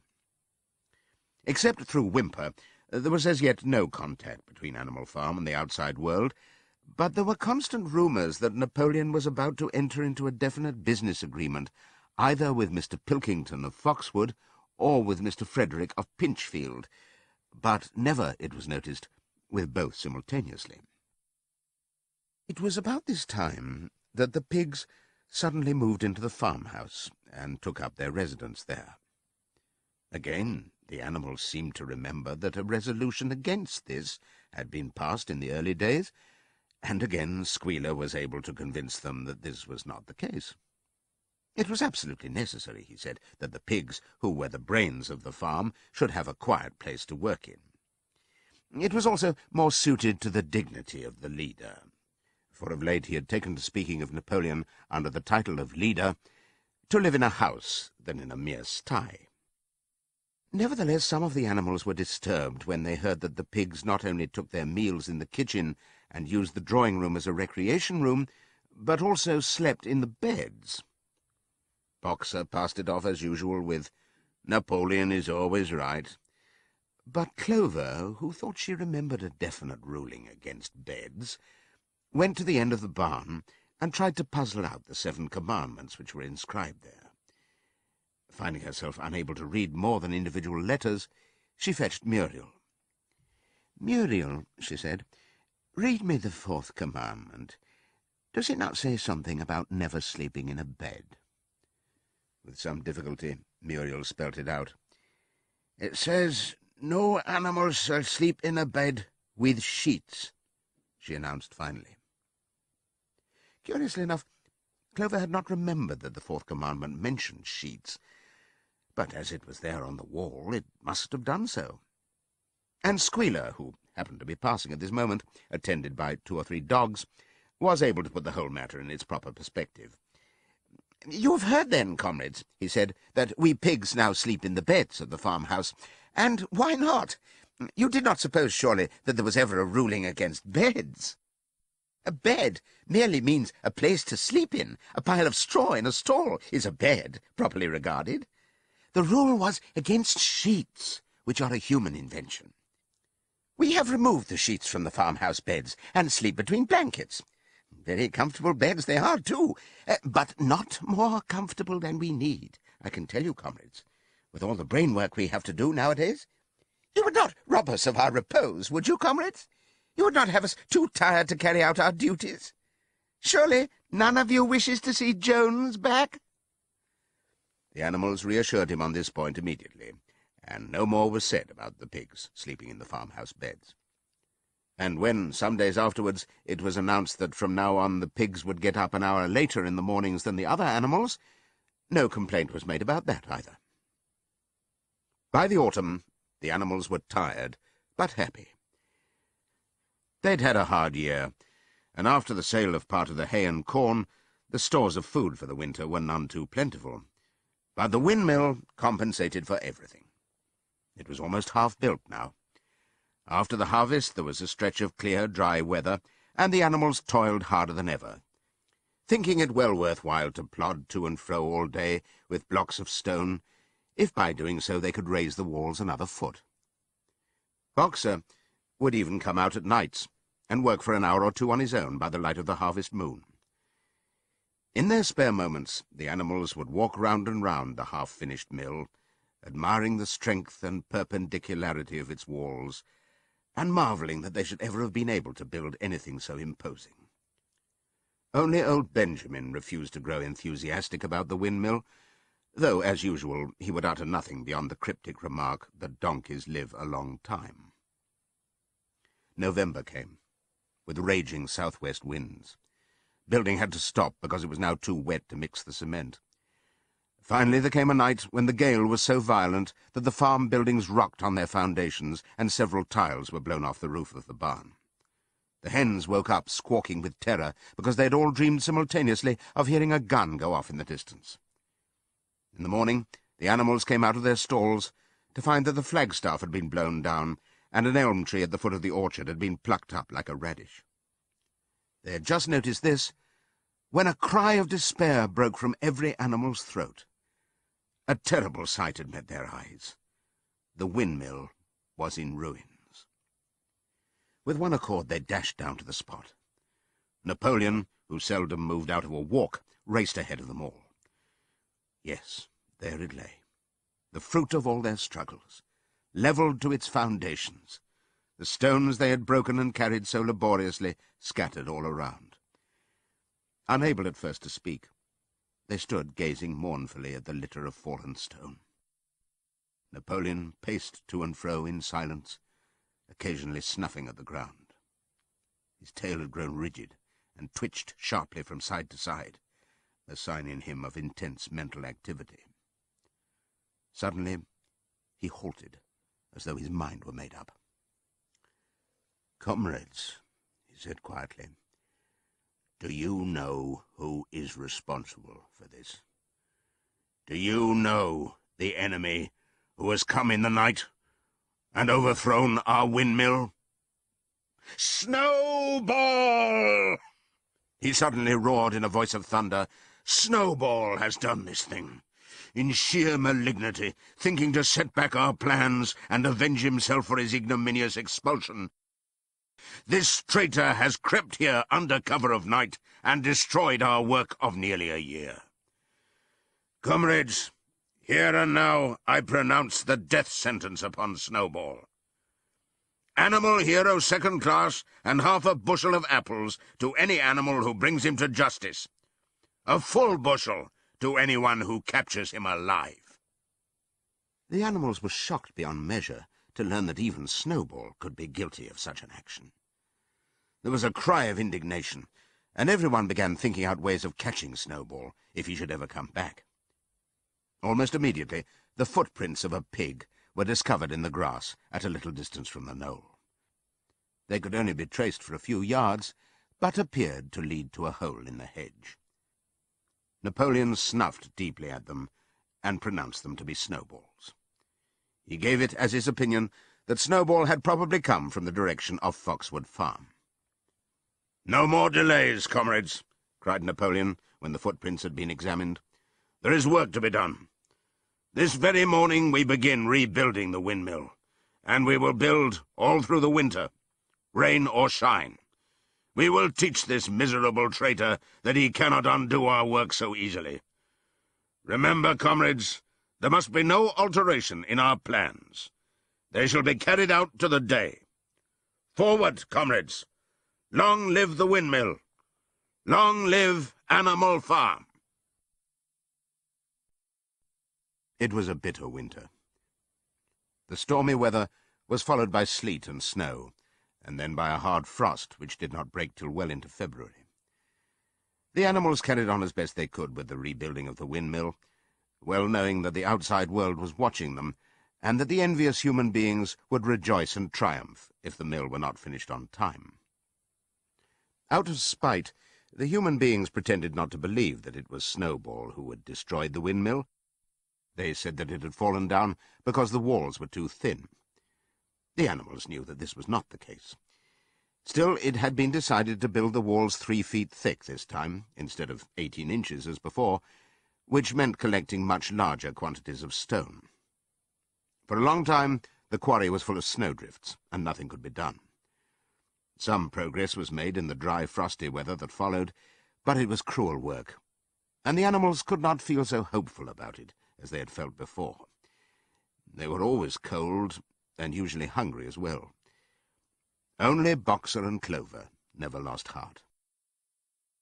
Squealer made excellent speeches on the joy of service and the dignity of labour, but the other animals found more inspiration in Boxer's strength, and his never-failing cry of, "I will work harder."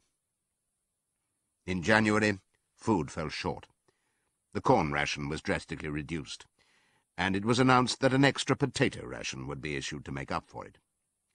Then it was discovered that the greater part of the potato crop had been frosted in the clamps, which had not been covered thickly enough.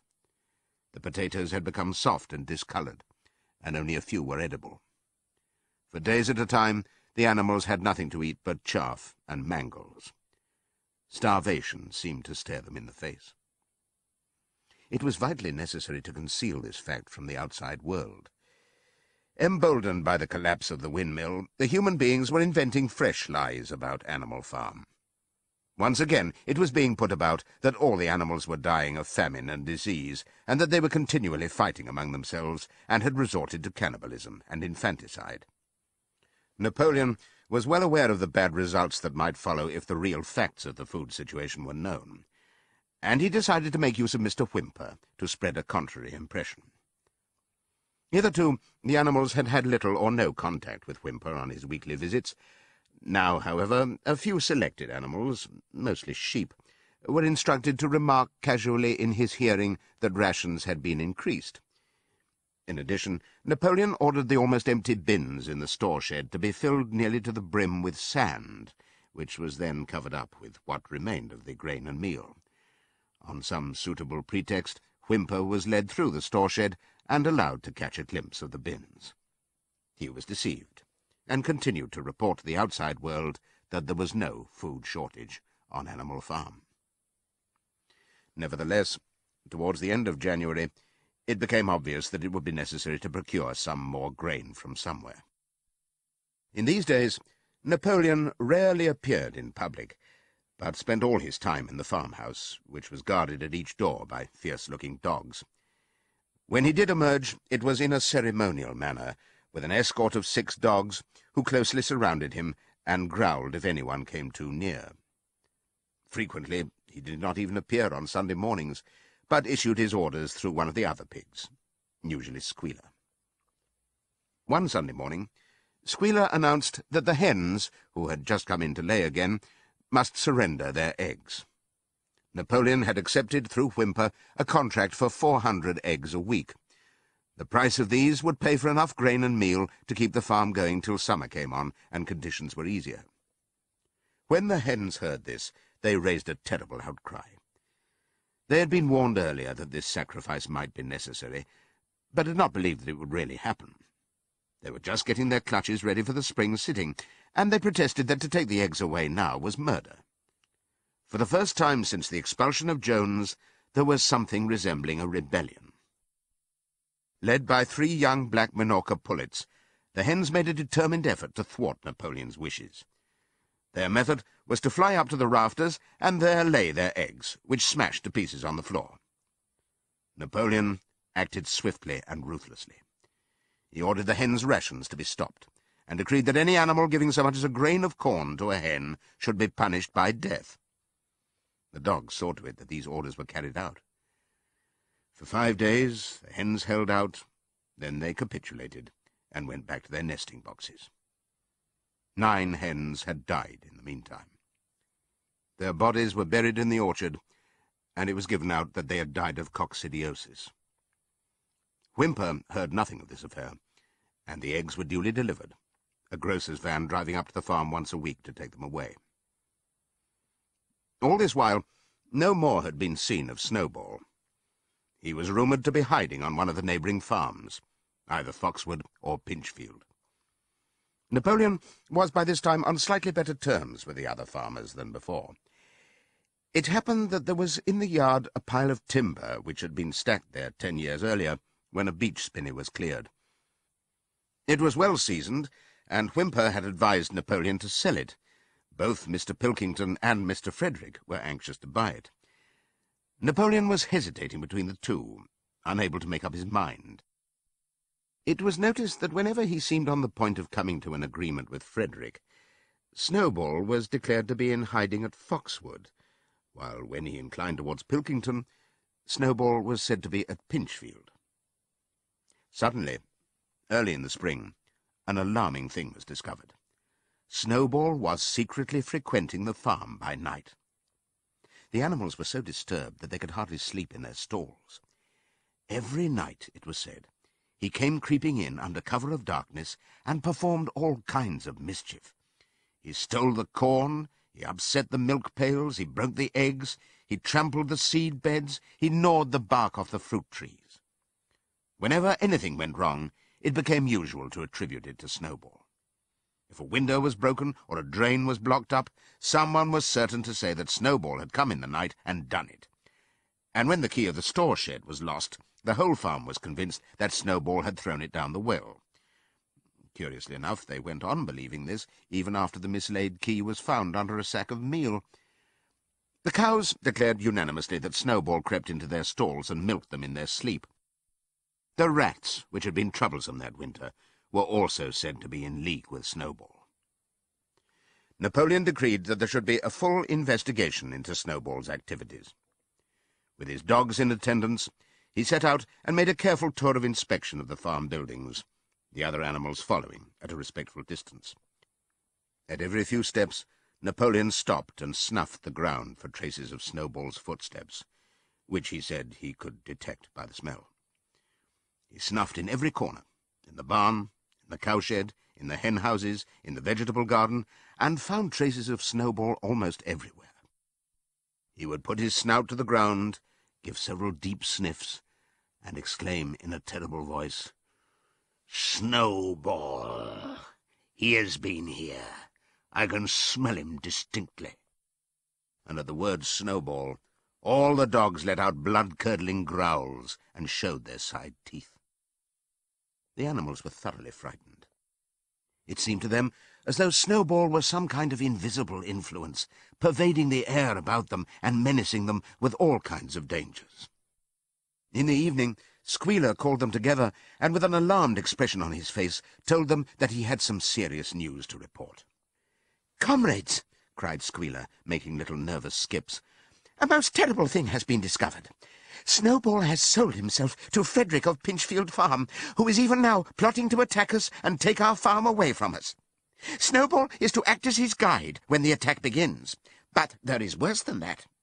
We had thought that Snowball's rebellion was caused simply by his vanity and ambition, but we were wrong, comrades. Do you know what the real reason was? Snowball was in league with Jones from the very start. He was Jones's secret agent all the time. It has all been proved by documents which he left behind him and which we have only just discovered. To my mind, this explains a great deal, comrades.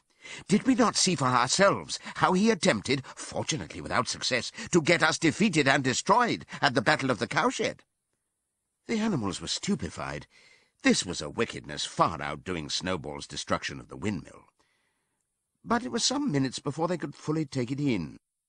They all remembered, or thought they remembered, how they had seen Snowball charging ahead of them at the Battle of the Cowshed, how he had rallied and encouraged them at every turn, and how he had not paused for an instant even when the pellets from Jones's gun had wounded his back.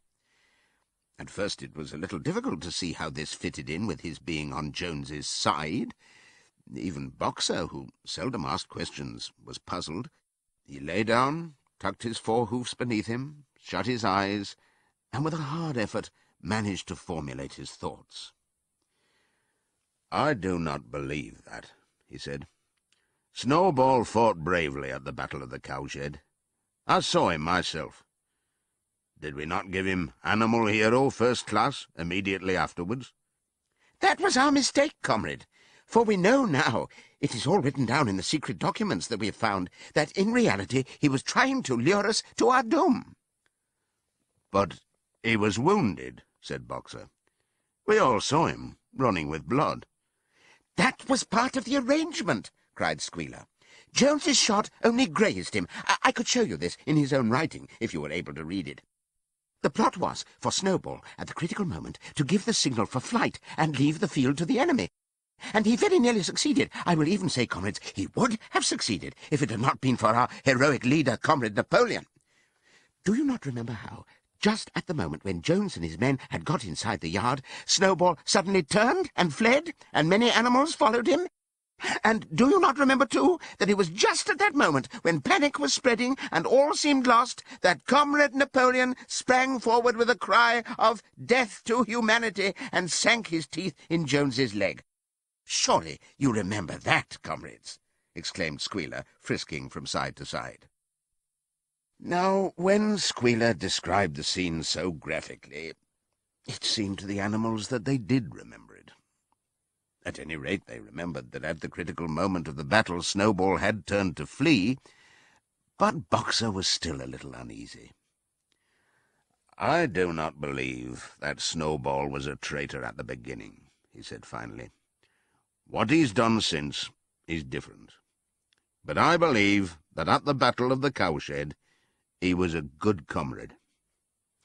"Our leader, Comrade Napoleon," announced Squealer, speaking very slowly and firmly, "has stated categorically, comrade, that Snowball was Jones's agent from the very beginning. Yes, and from long before the rebellion was ever thought of." "Ah, that is different," said Boxer. "If Comrade Napoleon says it, it must be right." "That is the true spirit, comrade," cried Squealer. But it was noticed that he cast a very ugly look at Boxer with his little twinkling eyes. He turned to go, then paused and added impressively, "I warn every animal on this farm to keep his eyes very wide open, for we have reason to think that some of Snowball's secret agents are lurking among us at this moment." 4 days later, in the late afternoon, Napoleon ordered all the animals to assemble in the yard.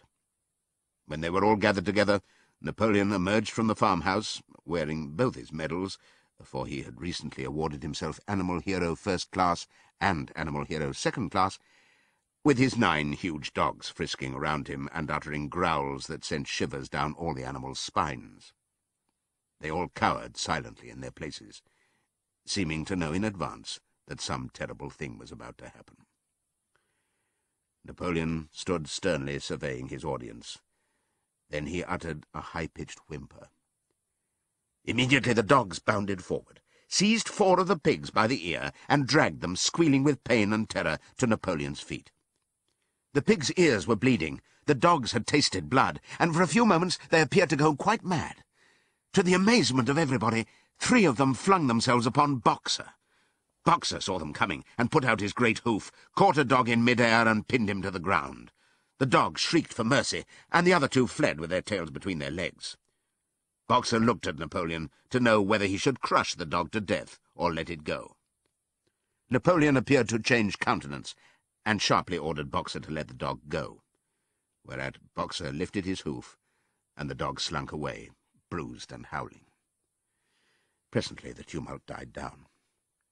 The 4 pigs waited, trembling, with guilt written on every line of their countenances. Napoleon now called upon them to confess their crimes. They were the same 4 pigs as had protested when Napoleon abolished the Sunday meetings. Without any further prompting, they confessed that they had been secretly in touch with Snowball ever since his expulsion, that they had collaborated with him in destroying the windmill, and that they had entered into an agreement with him to hand over Animal Farm to Mr. Frederick. They added that Snowball had privately admitted to them that he had been Jones's secret agent for years past. When they had finished their confession, the dogs promptly tore their throats out, and in a terrible voice Napoleon demanded whether any other animal had anything to confess. The 3 hens, who had been the ringleaders in the attempted rebellion over the eggs, now came forward and stated that Snowball had appeared to them in a dream, and incited them to disobey Napoleon's orders. They, too, were slaughtered. Then a goose came forward, and confessed to having secreted 6 ears of corn during the last year's harvest, and eaten them in the night. Then a sheep confessed to having urinated in the drinking pool, urged to do this, so she said, by Snowball, and 2 other sheep confessed to having murdered an old ram, an especially devoted follower of Napoleon, by chasing him round and round a bonfire when he was suffering from a cough. They were all slain on the spot. And so the tale of confessions and executions went on, until there was a pile of corpses lying before Napoleon's feet, and the air was heavy with the smell of blood, which had been unknown there since the expulsion of Jones. When it was all over, the remaining animals, except for the pigs and dogs, crept away in a body. They were shaken and miserable. They did not know which was more shocking, the treachery of the animals who had leagued themselves with Snowball, or the cruel retribution they had just witnessed. In the old days there had often been scenes of bloodshed, equally terrible, but it seemed to all of them that it was far worse now that it was happening among themselves. Since Jones had left the farm until today, no animal had killed another animal. Not even a rat had been killed. They had made their way onto the little knoll where the half-finished windmill stood, and with one accord they all lay down as though huddling together for warmth. Clover, Muriel, Benjamin, the cows, the sheep, and a whole flock of geese and hens. Everyone, indeed, except the cat, who had suddenly disappeared just before Napoleon ordered the animals to assemble. For some time nobody spoke. Only Boxer remained on his feet. He fidgeted to and fro, swishing his long black tail against his sides, and occasionally uttering a little whinny of surprise. Finally he said, "I do not understand it. I would not have believed that such things could happen on our farm. It must be due to some fault in ourselves. The solution, as I see it, is to work harder. From now onwards, I shall get up a full hour earlier in the mornings." And he moved off at his lumbering trot and made for the quarry. Having got there, he collected 2 successive loads of stone and dragged them down to the windmill before retiring for the night. The animals huddled about Clover, not speaking. The knoll where they were lying gave them a wide prospect across the countryside. Most of Animal Farm was within their view, the long pasture stretching down to the main road, the hayfield, the spinney, the drinking pool, the ploughed fields where the young wheat was thick and green, and the red roofs of the farm buildings with the smoke curling from the chimneys. It was a clear spring evening. The grass and the bursting hedges were gilded by the level rays of the sun. Never had the farm, and with a kind of surprise they remembered that it was their own farm, every inch of it their own property, appeared to the animals so desirable a place. As Clover looked down the hillside, her eyes filled with tears. If she could have spoken her thoughts, it would have been to say that this was not what they had aimed at when they had set themselves years ago to work for the overthrow of the human race. These scenes of terror and slaughter were not what they had looked forward to on that night when old Major first stirred them to rebellion. If she herself had had any picture of the future, it had been of a society of animals set free from hunger and the whip, all equal, each working according to his capacity, the strong protecting the weak, as she had protected the lost brood of ducklings with her foreleg on the night of Major's speech. Instead, she did not know why, they had come to a time when no one dared speak his mind, when fierce growling dogs roamed everywhere, and when you had to watch your comrades torn to pieces after confessing to shocking crimes. There was no thought of rebellion or disobedience in her mind. She knew that, even as things were, they were far better off than they had been in the days of Jones, and that before all else it was needful to prevent the return of the human beings. Whatever happened, she would remain faithful, work hard, carry out the orders that were given to her, and accept the leadership of Napoleon. But still, it was not for this that she and all the other animals had hoped and toiled. It was not for this that they had built the windmill and faced the pellets of Jones's gun. Such were her thoughts, though she lacked the words to express them. At last, feeling this to be in some way a substitute for the words she was unable to find, she began to sing Beasts of England. The other animals sitting round her took it up, and they sang it 3 times over, very tunefully, but slowly and mournfully, in a way they'd never sung it before. They'd just finished singing it for the 3rd time, when Squealer, attended by 2 dogs, approached them with the air of having something important to say. He announced that, by special decree of Comrade Napoleon, Beasts of England had been abolished. From now onwards it was forbidden to sing it. The animals were taken aback. "Why?" cried Muriel. "It is no longer needed, comrade," said Squealer stiffly. "Beasts of England was the song of the rebellion. But the rebellion is now completed. The execution of the traitors this afternoon was the final act.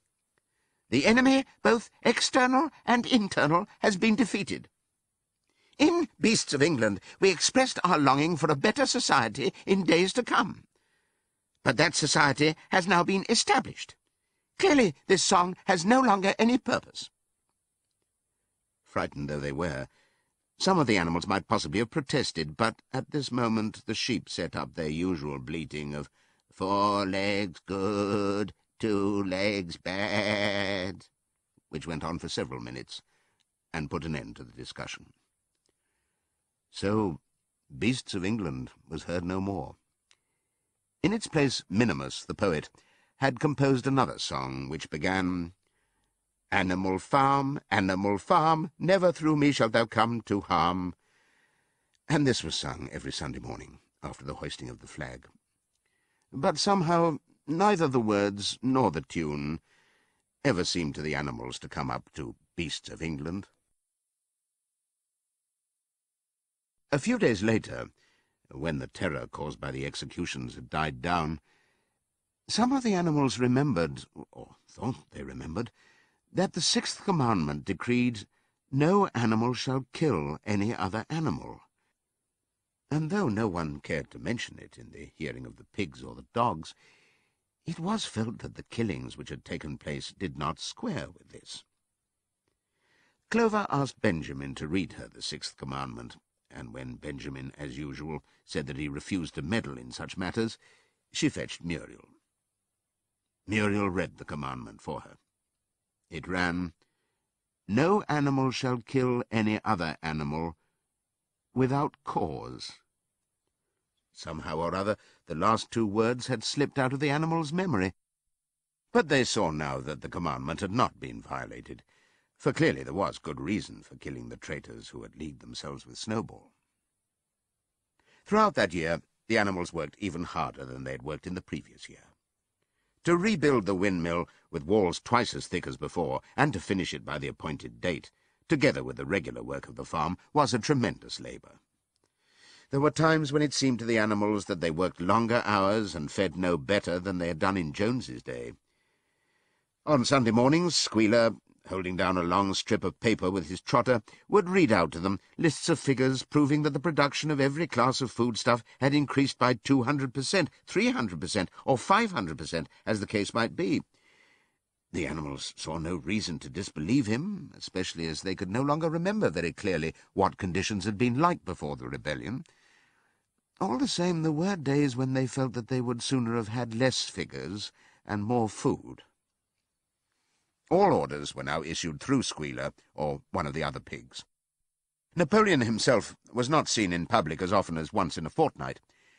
When he did appear, he was attended not only by his retinue of dogs, but by a black cockerel who marched in front of him and acted as a kind of trumpeter, letting out a loud cock-a-doodle-doo before Napoleon spoke. Even in the farmhouse, it was said, Napoleon inhabited separate apartments from the others. He took his meals alone, with 2 dogs to wait upon him, and always ate from the Crown Derby dinner service which had been in the glass cupboard in the drawing-room. It was also announced that the gun would be fired every year on Napoleon's birthday, as well as on the other 2 anniversaries. Napoleon was now never spoken of simply as Napoleon.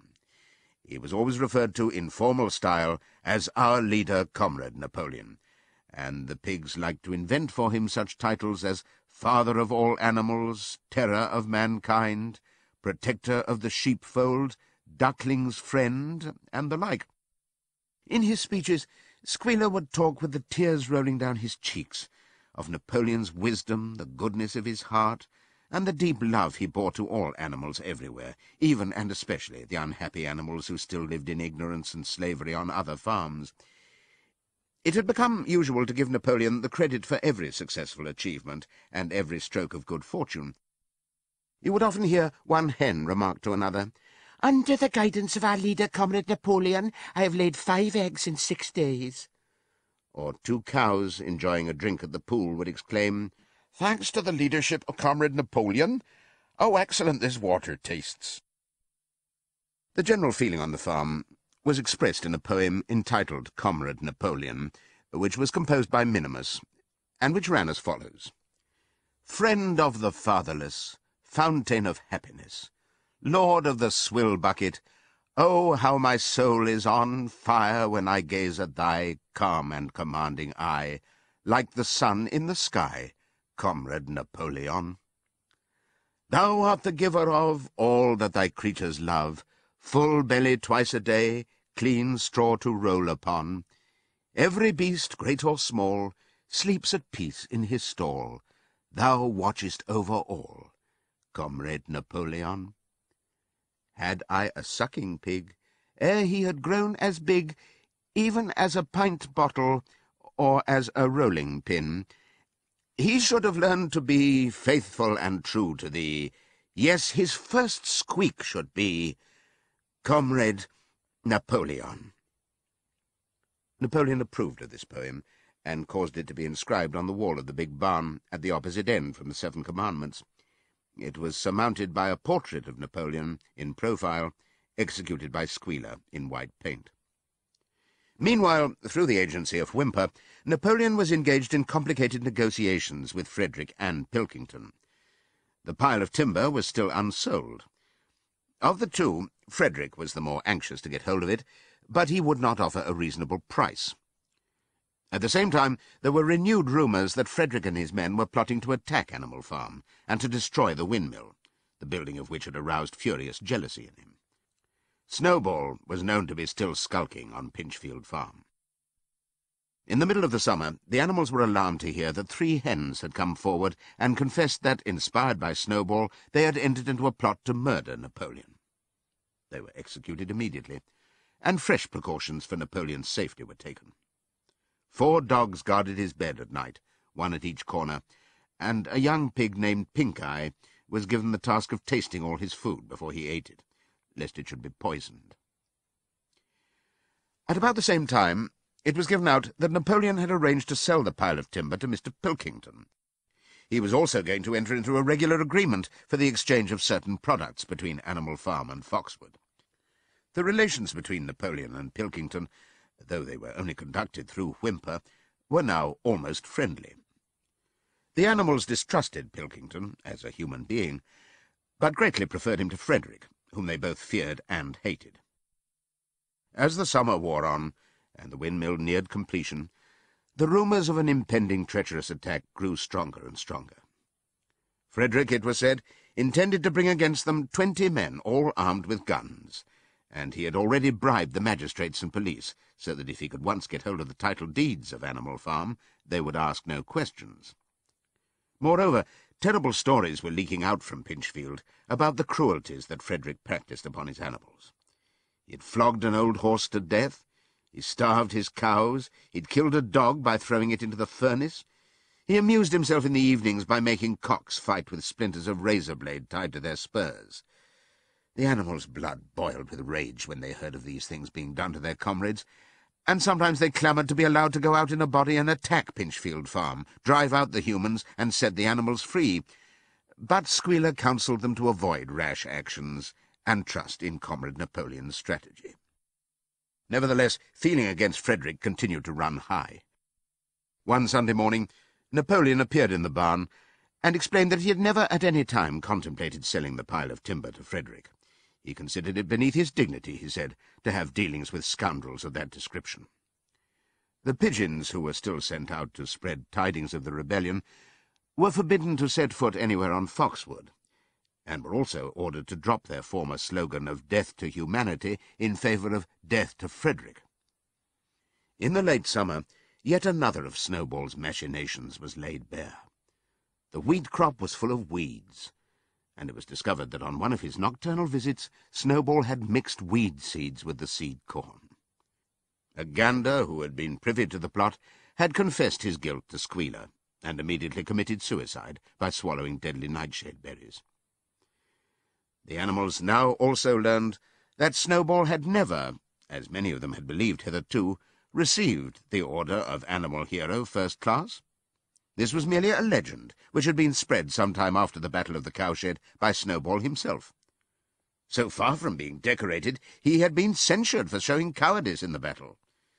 Once again, some of the animals heard this with a certain bewilderment, but Squealer was soon able to convince them that their memories had been at fault. In the autumn, by a tremendous exhausting effort, for the harvest had to be gathered at almost the same time, the windmill was finished. The machinery had still to be installed, and Whymper was negotiating the purchase of it, but the structure was completed. In the teeth of every difficulty, in spite of inexperience, of primitive implements, of bad luck, and of Snowball's treachery, the work had been finished punctually to the very day. Tired out but proud, the animals walked round and round their masterpiece, which appeared even more beautiful in their eyes than when it had been built the first time. Moreover, the walls were twice as thick as before. Nothing short of explosives would lay them low this time. And when they thought of how they had laboured, what discouragements they had overcome, and the enormous difference that would be made in their lives when the sails were turning and the dynamos running, when they thought of all this, their tiredness forsook them, and they gambolled round and round the windmill, uttering cries of triumph. Napoleon himself, attended by his dogs and his cockerel, came down to inspect the completed work. He personally congratulated the animals on their achievement, and announced that the mill would be named Napoleon Mill. 2 days later, the animals were called together for a special meeting in the barn. They were struck dumb with surprise when Napoleon announced that he had sold the pile of timber to Frederick. Tomorrow Frederick's wagons would arrive and begin carting it away. Throughout the whole period of his seeming friendship with Pilkington, Napoleon had really been in secret agreement with Frederick. All relations with Foxwood had been broken off. Insulting messages had been sent to Pilkington. The pigeons had been told to avoid Pinchfield Farm and to alter their slogan from Death to Frederick to Death to Pilkington. At the same time, Napoleon assured the animals that the stories of an impending attack on Animal Farm were completely untrue, and that the tales about Frederick's cruelty to his own animals had been greatly exaggerated. All these rumours had probably originated with Snowball and his agents. It now appeared that Snowball was not, after all, hiding on Pinchfield Farm, and in fact had never been there in his life. He was living in considerable luxury, so it was said, at Foxwood, and had in reality been a pensioner of Pilkington for years past. The pigs were in ecstasies over Napoleon's cunning. By seeming to be friendly with Pilkington, he had forced Frederick to raise his price by £12. But the superior quality of Napoleon's mind, said Squealer, was shown in the fact that he trusted nobody, not even Frederick. Frederick had wanted to pay for the timber with something called a cheque, which, it seemed, was a piece of paper with a promise to pay written upon it. But Napoleon was too clever for him. He had demanded payment in real £5 notes, which were to be handed over before the timber was removed. Already Frederick had paid up, and the sum he had paid was just enough to buy the machinery for the windmill. Meanwhile, the timber was being carted away at high speed. When it was all gone, another special meeting was held in the barn for the animals to inspect Frederick's banknotes. Smiling beatifically, and wearing both his decorations, Napoleon reposed on a bed of straw on the platform, with the money at his side, neatly piled on a china dish from the farmhouse kitchen. The animals filed slowly past, and each gazed his fill. And Boxer put out his nose to sniff at the banknotes, and the flimsy white things stirred and rustled in his breath. 3 days later there was a terrible hullabaloo. Whymper, his face deadly pale, came racing up the path on his bicycle, flung it down in the yard, and rushed straight into the farmhouse. The next moment a choking roar of rage sounded from Napoleon's apartments. The news of what had happened spread round the farm like wildfire. The bank notes were forgeries. Frederick had got the timber for nothing. Napoleon called the animals together immediately, and in a terrible voice pronounced the death sentence upon Frederick. When captured, he said, Frederick should be boiled alive. At the same time he warned them that after this treacherous deed the worst was to be expected. Frederick and his men might make their long-expected attack at any moment. Sentinels were placed at all the approaches to the farm. In addition, 4 pigeons were sent to Foxwood with a conciliatory message, which it was hoped might re-establish good relations with Pilkington. The very next morning the attack came. The animals were at breakfast when the lookouts came racing in with the news that Frederick and his followers had already come through the 5-barred gate. Boldly enough the animals sallied forth to meet them, but this time they did not have the easy victory that they had had in the Battle of the Cowshed. There were 15 men, with half a dozen guns between them, and they opened fire as soon as they got within 50 yards. The animals could not face the terrible explosions and the stinging pellets, and in spite of the efforts of Napoleon and Boxer to rally them, they were soon driven back. A number of them were already wounded. They took refuge in the farm buildings and peeped cautiously out from chinks and knotholes. The whole of the big pasture, including the windmill, was in the hands of the enemy. For the moment, even Napoleon seemed at a loss. He paced up and down without a word, his tail rigid and twitching. Wistful glances were sent in the direction of Foxwood. If Pilkington and his men would help them, the day might yet be won. But at this moment the 4 pigeons who had been sent out on the day before returned, one of them bearing a scrap of paper from Pilkington. On it was pencilled the words, "Serves you right." Meanwhile, Frederick and his men had halted about the windmill.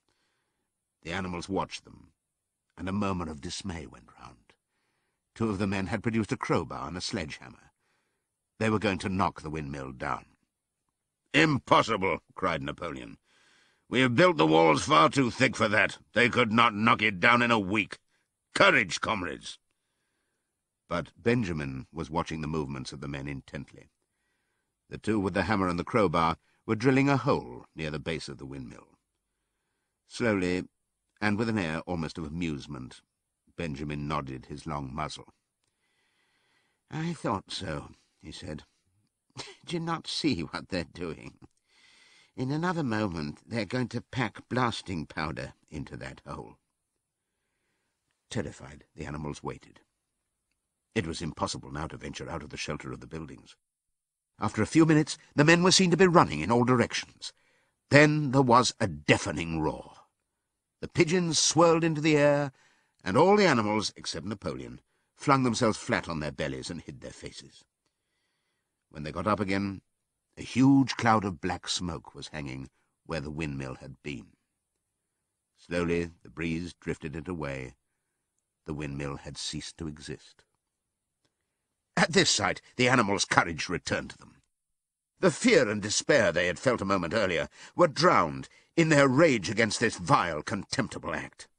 A mighty cry for vengeance went up, and without waiting for further orders, they charged forth in a body and made straight for the enemy. This time they did not heed the cruel pellets that swept over them like hail.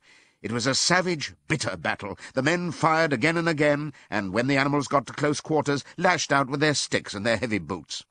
A cow, 3 sheep, and 2 geese were killed, and nearly everyone was wounded. Even Napoleon, who was directing operations from the rear, had the tip of his tail chipped by a pellet, but the men did not go unscathed either. 3 of them had their heads broken by blows from Boxer's hoofs, another was gored in the belly by a cow's horn, another had his trousers nearly torn off by Jessie and Bluebell. And when the 9 dogs of Napoleon's own bodyguard, whom he had instructed to make a detour under cover of the hedge, suddenly appeared on the men's flank, baying ferociously, panic overtook them. They saw that they were in danger of being surrounded.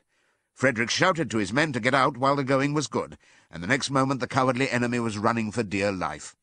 The animals chased them right down to the bottom of the field and got in some last kicks at them as they forced their way through the thorn hedge. They had won, but they were weary and bleeding. Slowly they began to limp back towards the farm. The sight of their dead comrades stretched upon the grass moved some of them to tears. And for a little while they halted in sorrowful silence at the place where the windmill had once stood. Yes, it was gone. Almost the last trace of their labour was gone. Even the foundations were partially destroyed, and in rebuilding it they could not this time, as before, make use of the fallen stones. This time the stones had vanished too. The force of the explosion had flung them to distances of hundreds of yards.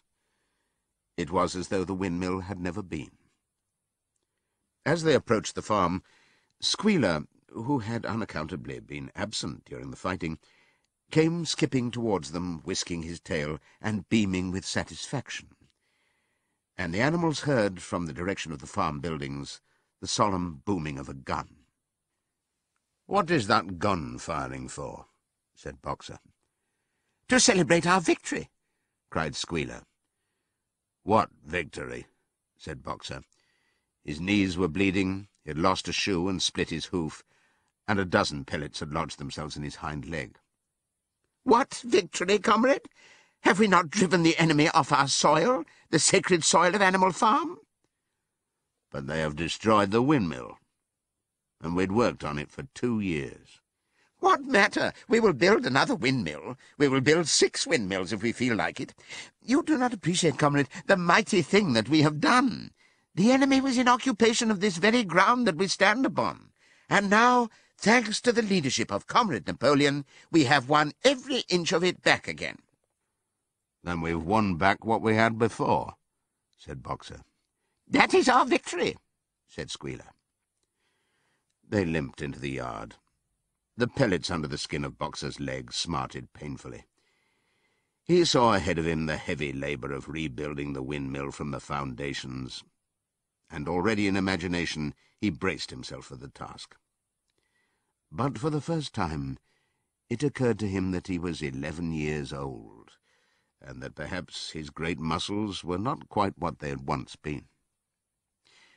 But when the animals saw the green flag flying, and heard the gun firing again, 7 times it was fired in all, and heard the speech that Napoleon made, congratulating them on their conduct, it did seem to them, after all, that they had won a great victory. The animals slain in the battle were given a solemn funeral. Boxer and Clover pulled the wagon which served as a hearse, and Napoleon himself walked at the head of the procession. 2 whole days were given over to celebrations. There were songs, speeches, and more firing of the gun, and a special gift of an apple was bestowed on every animal, with 2 ounces of corn for each bird, and 3 biscuits for each dog. It was announced that the battle would be called the Battle of the Windmill, and that Napoleon had created a new decoration, the Order of the Green Banner, which he had conferred upon himself. In the general rejoicings, the unfortunate affair of the banknotes was forgotten. It was a few days later than this that the pigs came upon a case of whisky in the cellars of the farmhouse. It had been overlooked at the time when the house was first occupied. That night there came from the farmhouse the sound of loud singing, in which, to everyone's surprise, the strains of Beasts of England were mixed up.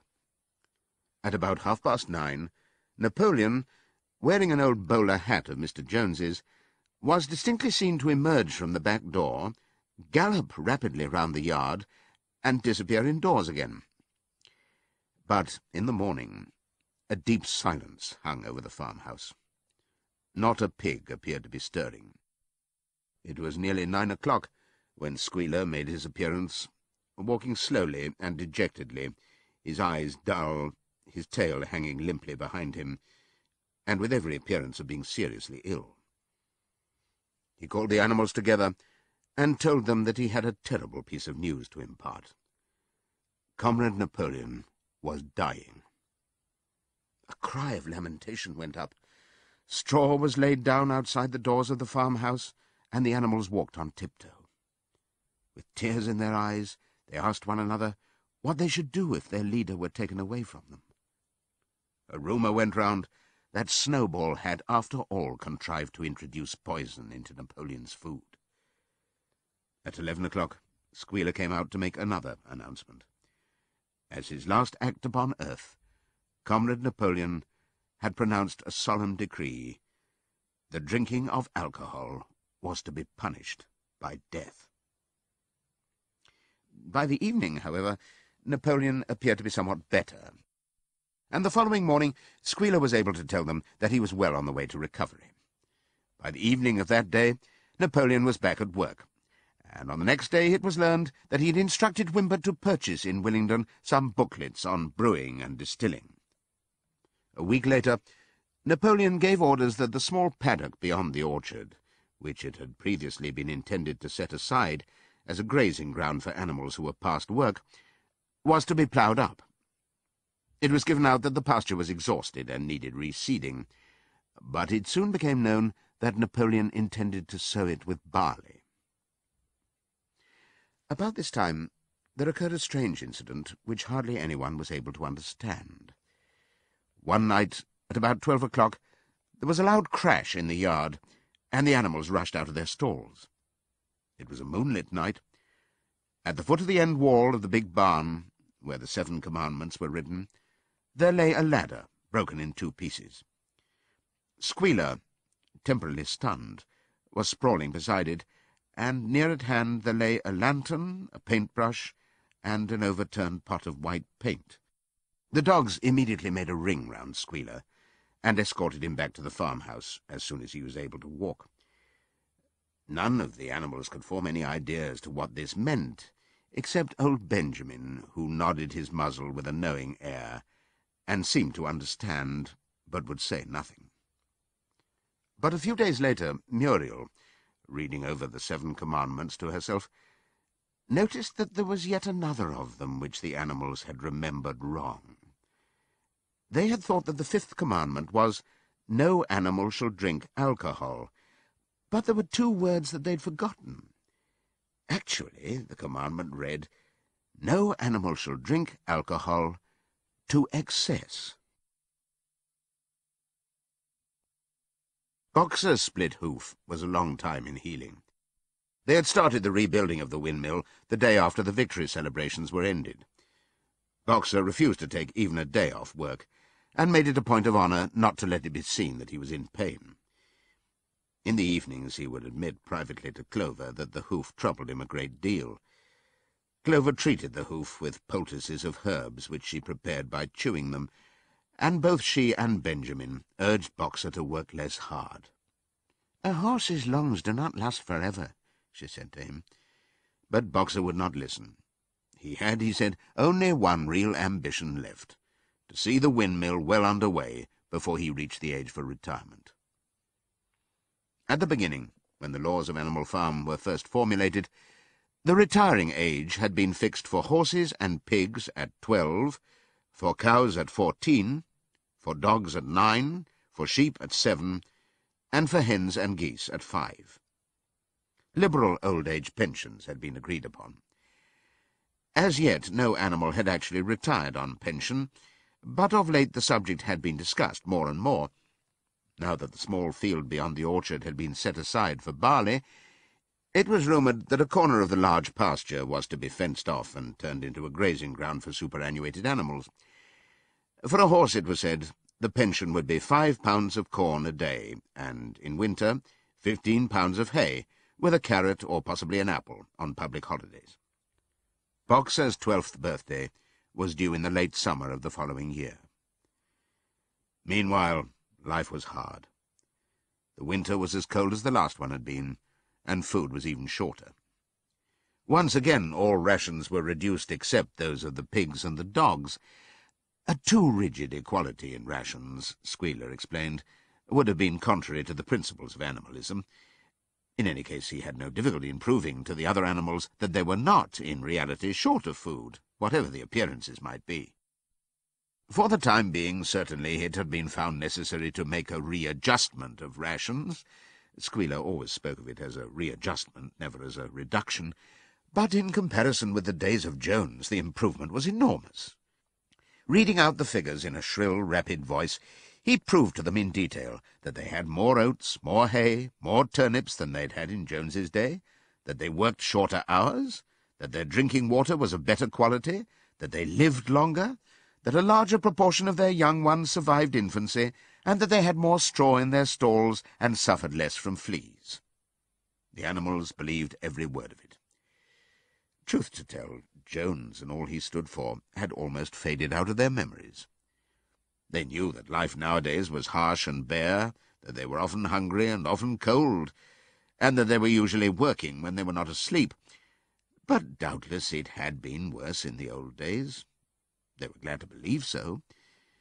Besides, in those days they had been slaves, and now they were free, and that made all the difference, as Squealer did not fail to point out.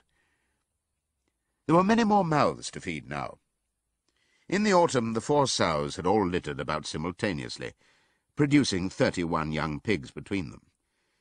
The young pigs were piebald, and as Napoleon was the only boar on the farm, it was possible to guess at their parentage. It was announced that later, when bricks and timber had been purchased, a schoolroom would be built in the farmhouse garden. For the time being, the young pigs were given their instruction by Napoleon himself in the farmhouse kitchen. They took their exercise in the garden, and were discouraged from playing with the other young animals. About this time, too, it was laid down as a rule that when a pig and any other animal met on the path, the other animal must stand aside, and also that all pigs, of whatever degree, were to have the privilege of wearing green ribbons on their tails on Sundays. The farm had had a fairly successful year, but was still short of money. There were the bricks, sand and lime for the schoolroom to be purchased, and it would also be necessary to begin saving up again for the machinery for the windmill. Then there were lamp oil and candles for the house, sugar for Napoleon's own table — he forbade this to the other pigs on the ground that it made them fat — and all the usual replacements such as tools, nails, string, coal, wire, scrap iron, and dog biscuits. A stump of hay and part of the potato crop was sold off, and the contract for eggs was increased to 600 a week, so that year the hens barely hatched enough chicks to keep their numbers at the same level. Rations, reduced in December, were reduced again in February, and lanterns in the stalls were forbidden to save oil. But the pigs seemed comfortable enough, and in fact were putting on weight, if anything. One afternoon in late February, a warm, rich, appetizing scent, such as the animals had never smelt before, wafted itself across the yard from the little brew-house, which had been disused in Jones's time, and which stood beyond the kitchen. Some said it was the smell of cooking barley. The animals sniffed the air hungrily and wondered whether a warm mash was being prepared for their supper. But no warm mash appeared, and on the following Sunday it was announced that from now onwards all barley would be reserved for the pigs. The field beyond the orchard had already been sown with barley, and the news soon leaked out that every pig was now receiving a ration of a pint of beer daily, with half a gallon for Napoleon himself, which was always served to him in the Crown Derby soup tureen. But if there were hardships to be borne, they were partly offset by the fact that life nowadays had a greater dignity than it had had before. There were more songs, more speeches, more processions. Napoleon had commanded that once a week there should be held something called a spontaneous demonstration, the object of which was to celebrate the struggles and triumphs of Animal Farm. At the appointed time, the animals would leave their work and march round the precincts of the farm in military formation, with the pigs leading, then the horses, then the cows, then the sheep, and then the poultry. The dogs flanked the procession, and at the head of all marched Napoleon's black cockerel. Boxer and Clover always carried between them a green banner marked with the hoof and the horn, and the caption, "Long live Comrade Napoleon." Afterwards there were recitations of poems composed in Napoleon's honour, and a speech by Squealer, giving particulars of the latest increases in the production of foodstuffs. And on occasion a shot was fired from the gun. The sheep were the greatest devotees of the spontaneous demonstrations, and if anyone complained, as a few animals sometimes did when no pigs or dogs were near, that they wasted time and meant a lot of standing about in the cold, the sheep was sure to silence him with a tremendous bleating of 4 legs good, 2 legs bad. But by and large the animals enjoyed these celebrations. They found it comforting to be reminded that after all they were truly their own masters, and that the work they did was for their own benefit. So that what with the songs, the processions, Squealer's lists of figures, the thunder of the gun, the crowing of the cockerel, and the fluttering of the flag, they were able to forget that their bellies were empty, at least part of the time. In April, Animal Farm was proclaimed a republic, and it became necessary to elect a president. There was only one candidate, Napoleon, who was elected unanimously. On the same day it was given out that fresh documents had been discovered which revealed further details about Snowball's complicity with Jones. It now appeared that Snowball had not, as the animals had previously imagined, merely attempted to lose the battle of the cowshed by means of a stratagem, but had been openly fighting on Jones's side. In fact, it was he who had actually been the leader of the human forces, and had charged into battle with the words "Long live humanity" on his lips. The wounds on Snowball's back, which a few of the animals still remembered to have seen, had been inflicted by Napoleon's teeth. In the middle of the summer, Moses the raven suddenly reappeared on the farm, after an absence of several years. He was quite unchanged, still did no work, and talked in the same strain as ever about Sugar Candy Mountain. He would perch on a stump, flap his black wings, and talk by the hour to anyone who would listen. "Up there, comrades," he would say solemnly, pointing to the sky with his large beak. "Up there, just on the other side of that dark cloud that you can see. There it lies, Sugar Candy Mountain, that happy country where we poor animals shall rest forever from our labours." He even claimed to have been there on one of his higher flights, and to have seen the everlasting fields of clover and the linseed cake and lump sugar growing on the hedges. Many of the animals believed him. Their lives now, they reasoned, were hungry and laborious. Was it not right and just that a better world should exist somewhere else? A thing that was difficult to determine was the attitude of the pigs towards Moses. They all declared contemptuously that his stories about Sugar Candy Mountain were lies, and yet they allowed him to remain on the farm, not working, with an allowance of a gill of beer a day. After his hoof had healed up, Boxer worked harder than ever. Indeed, all the animals worked like slaves that year. Apart from the regular work of the farm and the rebuilding of the windmill, there was the schoolhouse for the young pigs, which was started in March. Sometimes the long hours on insufficient food were hard to bear, but Boxer never faltered. In nothing that he said or did was there any sign that his strength was not what it had been. It was only his appearance that was a little altered. His hide was less shiny than it had used to be, and his great haunches seemed to have shrunken. The others said, "Boxer will pick up when the spring grass comes on," but the spring grass came, and Boxer grew no fatter.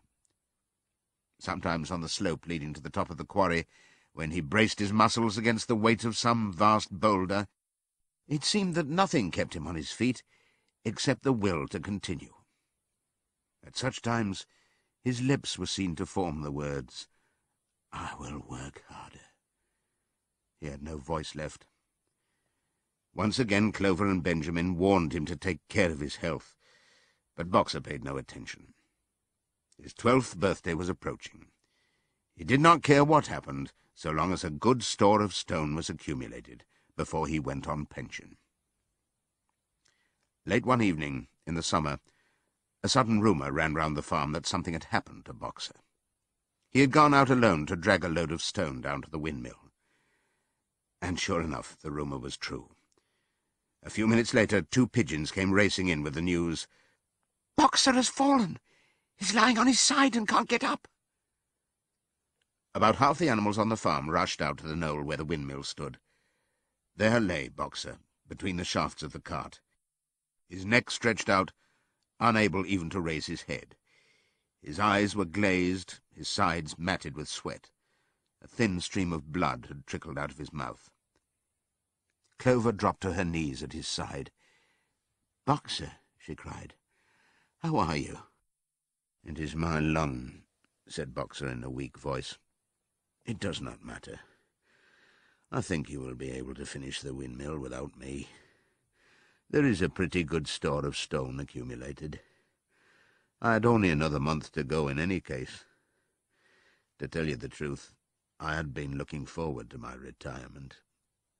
And perhaps, as Benjamin is growing old too, they will let him retire at the same time, and be a companion to me." "We must get help at once," said Clover. "Run, somebody, and tell Squealer what has happened." All the other animals immediately raced back to the farmhouse to give Squealer the news. Only Clover remained, and Benjamin, who lay down at Boxer's side, and without speaking kept the flies off him with his long tail. After about a quarter of an hour, Squealer appeared, full of sympathy and concern. He said that Comrade Napoleon had learned with the very deepest distress of this misfortune to one of the most loyal workers on the farm, and was already making arrangements to send Boxer to be treated in the hospital at Willingdon. The animals felt a little uneasy at this. Except for Molly and Snowball, no other animal had ever left the farm, and they did not like to think of their sick comrade in the hands of human beings. However, Squealer easily convinced them that the veterinary surgeon in Willingdon could treat Boxer's case more satisfactorily than could be done on the farm. And about half an hour later, when Boxer had somewhat recovered, he was with difficulty got onto his feet, and managed to limp back to his stall, where Clover and Benjamin had prepared a good bed of straw for him. For the next 2 days Boxer remained in his stall. The pigs had sent out a large bottle of pink medicine, which they had found in the medicine chest in the bathroom, and Clover administered it to Boxer twice a day after meals. In the evenings she lay in his stall and talked to him, while Benjamin kept the flies off him. Boxer professed not to be sorry for what had happened. If he made a good recovery, he might expect to live another 3 years, and he looked forward to the peaceful days that he would spend in the corner of the big pasture. It would be the first time that he had had leisure to study and improve his mind. He intended, he said, to devote the rest of his life to learning the remaining 22 letters of the alphabet. However, Benjamin and Clover could only be with Boxer after working hours, and it was in the middle of the day when the van came to take him away.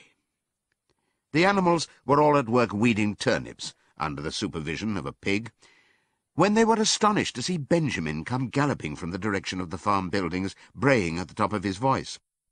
It was the first time that they had ever seen Benjamin excited.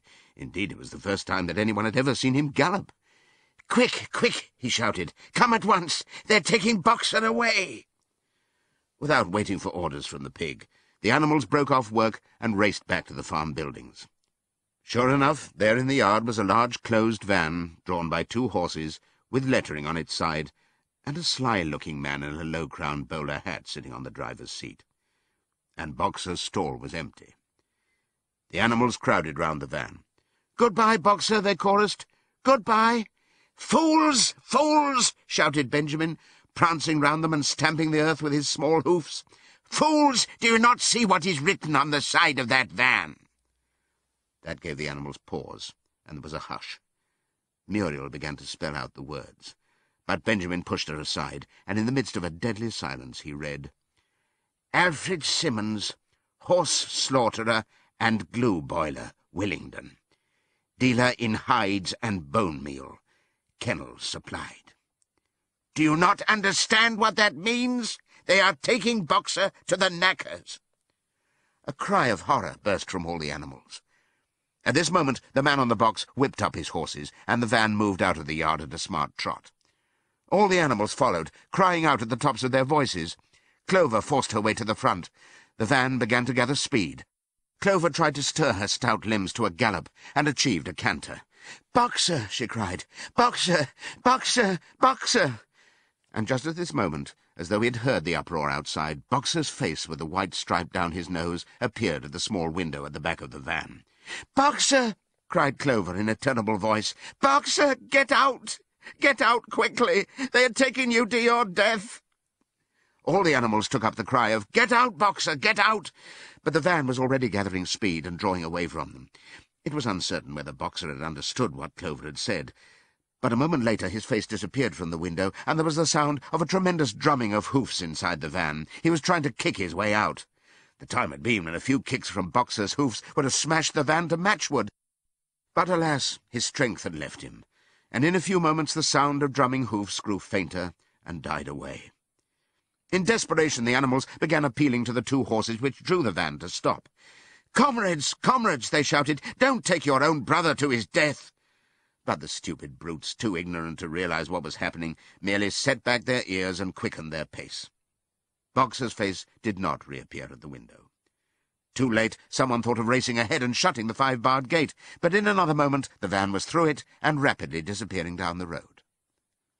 Boxer was never seen again. 3 days later it was announced that he had died in the hospital at Willingdon, in spite of receiving every attention a horse could have. Squealer came to announce the news to the others. He had, he said, been present during Boxer's last hours. "It was the most affecting sight I have ever seen," said Squealer, lifting his trotter and wiping away a tear. "I was at his bedside at the very last, and at the end, almost too weak to speak, he whispered in my ear that his sole sorrow was to have passed on before the windmill was finished. 'Forward, comrades,' he whispered. 'Forward in the name of the rebellion. Long live Animal Farm. Long live Comrade Napoleon. Napoleon is always right.' Those were his very last words, comrades." Here Squealer's demeanour suddenly changed. He fell silent for a moment, and his little eyes darted suspicious glances from side to side before he proceeded. It had come to his knowledge, he said, that a foolish and wicked rumour had been circulated at the time of Boxer's removal. Some of the animals had noticed that the van which took Boxer away was marked Horse Slaughterer, and had actually jumped to the conclusion that Boxer was being sent to the knackers. It was almost unbelievable, said Squealer, that any animal could be so stupid. "Surely," he cried indignantly, whisking his tail and skipping from side to side, "surely they knew their beloved leader, Comrade Napoleon, better than that." But the explanation was really very simple. The van had previously been the property of the knacker, and had been bought by the veterinary surgeon, who had not yet painted the old name out. That was how the mistake had arisen. The animals were enormously relieved to hear this, and when Squealer went on to give further graphic details of Boxer's deathbed, the admirable care he had received, and the expensive medicines for which Napoleon had paid without a thought as to the cost, their last doubts disappeared, and the sorrow that they felt for their comrade's death was tempered by the thought that at least he had died happy. Napoleon himself appeared at the meeting on the following Sunday morning, and pronounced a short oration in Boxer's honour. It had not been possible, he said, to bring back their lamented comrade's remains for interment on the farm, but he had ordered a large wreath to be made from the laurels in the farmhouse garden and sent down to be placed on Boxer's grave. And in a few days' time the pigs intended to hold a memorial banquet in Boxer's honour. Napoleon ended his speech with a reminder of Boxer's two favourite maxims: "I will work harder," and "Comrade Napoleon is always right." Maxims, he said, which every animal would do well to adopt as his own. On the day appointed for the banquet, a grocer's van drove up from Willingdon and delivered a large wooden crate at the farmhouse. That night there was the sound of uproarious singing, which was followed by what sounded like a violent quarrel, and ended at about 11 o'clock with a tremendous crash of glass. No one stirred in the farmhouse before noon on the following day, and the word went round that from somewhere or other the pigs had acquired the money to buy themselves another case of whisky. Years passed. The seasons came and went. The short animal lives fled by. A time came when there was no one who remembered the old days before the rebellion, except Clover, Benjamin, Moses the raven, and a number of the pigs. Muriel was dead. Bluebell, Jessie, and Pincher were dead. Jones, too, was dead. He had died in an inebriate's home in another part of the county. Snowball was forgotten. Boxer was forgotten, except by the few who had known him. Clover was an old stout mare now, stiff in the joints and with a tendency to rheumy eyes. She was 2 years past the retiring age, but in fact no animal had ever actually retired. The talk of setting aside a corner of the pasture for superannuated animals had long since been dropped. Napoleon was now a mature boar of 24 stone. Squealer was so fat that he could with difficulty see out of his eyes. Only old Benjamin was much the same as ever, except for being a little greyer about the muzzle, and since Boxer's death, more morose and taciturn than ever.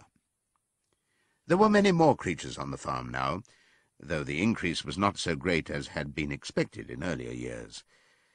Many animals had been born to whom the rebellion was only a dim tradition, passed on by word of mouth, and others had been bought who had never heard mention of such a thing before their arrival. The farm possessed 3 horses now, besides Clover. They were fine upstanding beasts, willing workers, and good comrades, but very stupid. None of them proved able to learn the alphabet beyond the letter B. They accepted everything that they were told about the rebellion, and the principles of animalism, especially from Clover, for whom they had an almost filial respect, but it was doubtful whether they understood very much of it. The farm was more prosperous now, and better organised. It had even been enlarged by 2 fields which had been bought from Mr. Pilkington. The windmill had been successfully completed at last, and the farm possessed a threshing machine and a hay elevator of its own, and various new buildings had been added to it. Whymper had bought himself a dog-cart. The windmill, however, had not after all been used for generating electrical power. It was used for milling corn, and brought in a handsome money profit. The animals were hard at work building yet another windmill. When that one was finished, so it was said, the dynamos would be installed. But the luxuries of which Snowball had once taught the animals to dream, the stalls with electric light and hot and cold water, and the 3-day week, were no longer talked about. Napoleon had denounced such ideas as contrary to the spirit of animalism. The truest happiness, he said, lay in working hard and living frugally. Somehow it seemed as though the farm had grown richer without making the animals themselves any richer, except, of course, for the pigs and the dogs. Perhaps this was partly because there were so many pigs and so many dogs. It was not that these creatures did not work after their fashion. There was, as Squealer was never tired of explaining, endless work in the supervision and organisation of the farm. Much of this work was of a kind that the other animals were too ignorant to understand. For example, Squealer told them that the pigs had to expend enormous labours every day upon mysterious things called files, reports, minutes, and memoranda. These were large sheets of paper which had to be closely covered with writing, and as soon as they were so covered, they were burnt in the furnace. This was of the highest importance for the welfare of the farm, Squealer said.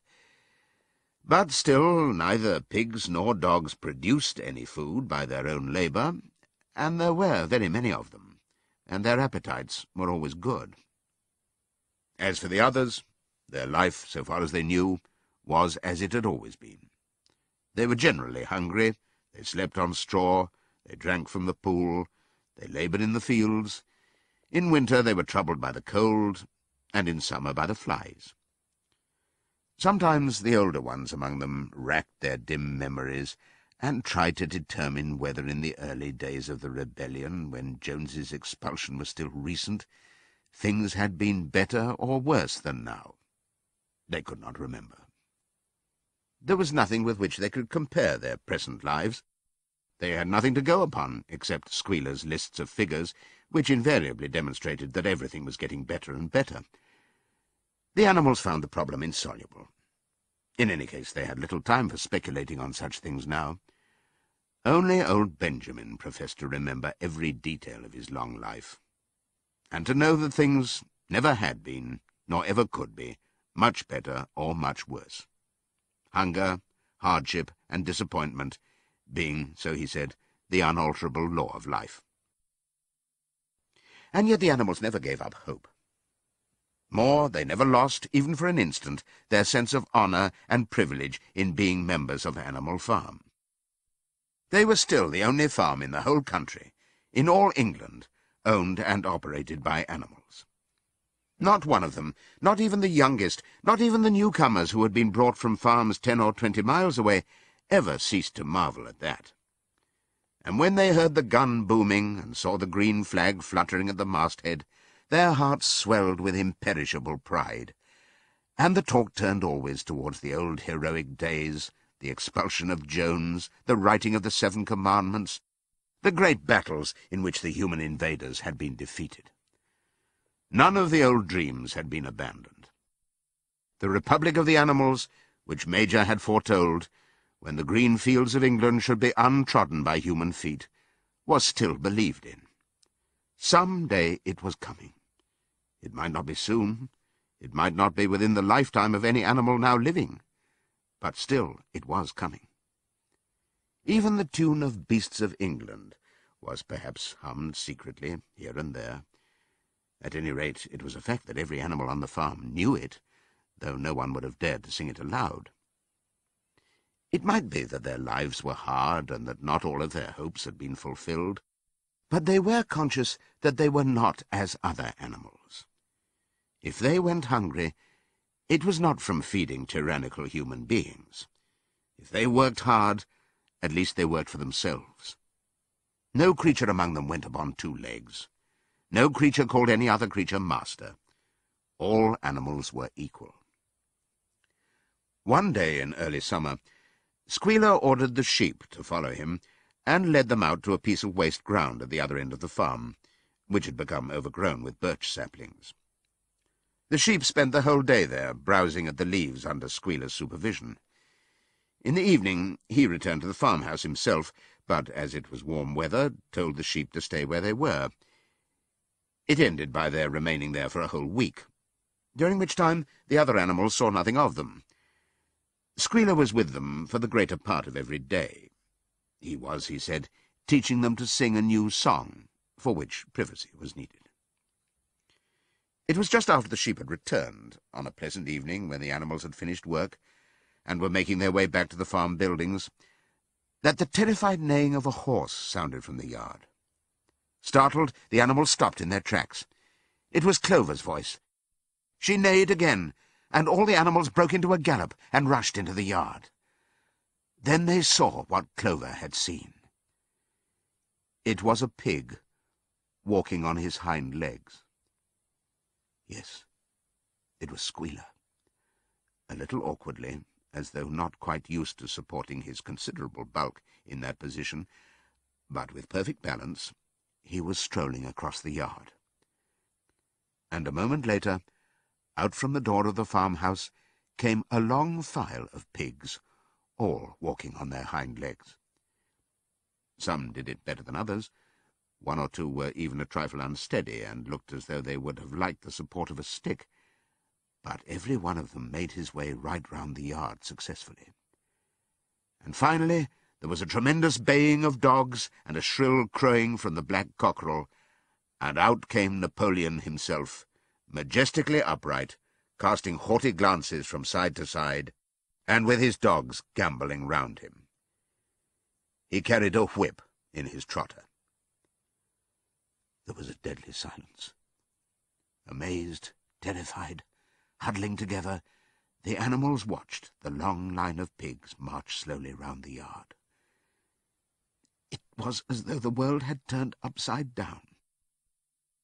Then there came a moment when the first shock had worn off, and when, in spite of everything, in spite of the terror of the dogs and of the habit developed through long years of never complaining, never criticizing, no matter what happened, they might have uttered some word of protest.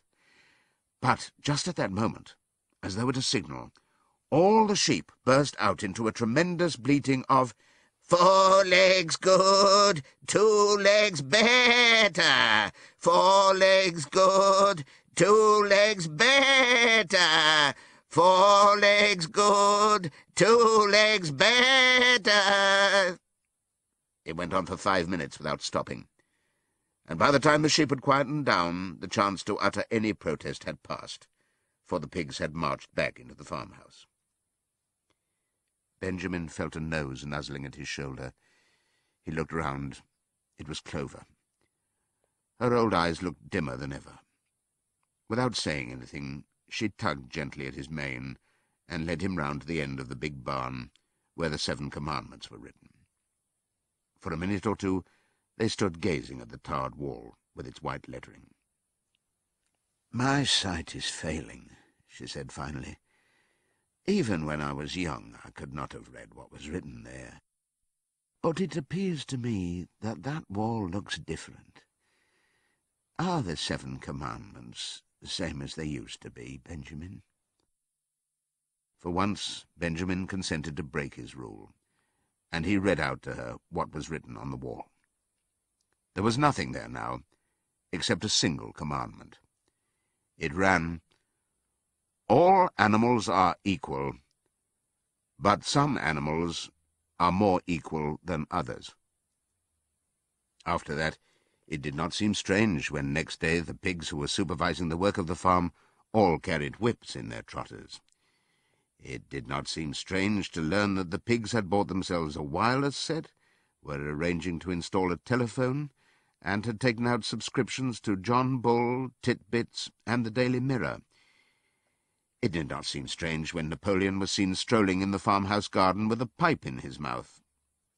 No, not even when the pigs took Mr. Jones's clothes out of the wardrobes and put them on, Napoleon himself appearing in a black coat, rat-catcher breeches, and leather leggings, while his favourite sow appeared in the watered silk dress which Mrs. Jones had been used to wear on Sundays. A week later, in the afternoon, a number of dog-carts drove up to the farm. A deputation of neighbouring farmers had been invited to make a tour of inspection. They were shown all over the farm, and expressed great admiration for everything they saw, especially the windmill. The animals were weeding the turnip field. They worked diligently, hardly raising their faces from the ground, and not knowing whether to be more frightened of the pigs or of the human visitors. That evening, loud laughter and bursts of singing came from the farmhouse, and suddenly, at the sound of the mingled voices, the animals were stricken with curiosity. What could be happening in there, now that for the first time animals and human beings were meeting on terms of equality? With one accord, they began to creep, as quietly as possible, into the farmhouse garden. At the gate they paused, half frightened to go on, but Clover led the way in. They tiptoed up to the house, and such animals as were tall enough peered in at the dining-room window. There, round the long table, sat half a dozen farmers and half a dozen of the more eminent pigs, Napoleon himself occupying the seat of honour at the head of the table. The pigs appeared completely at ease in their chairs.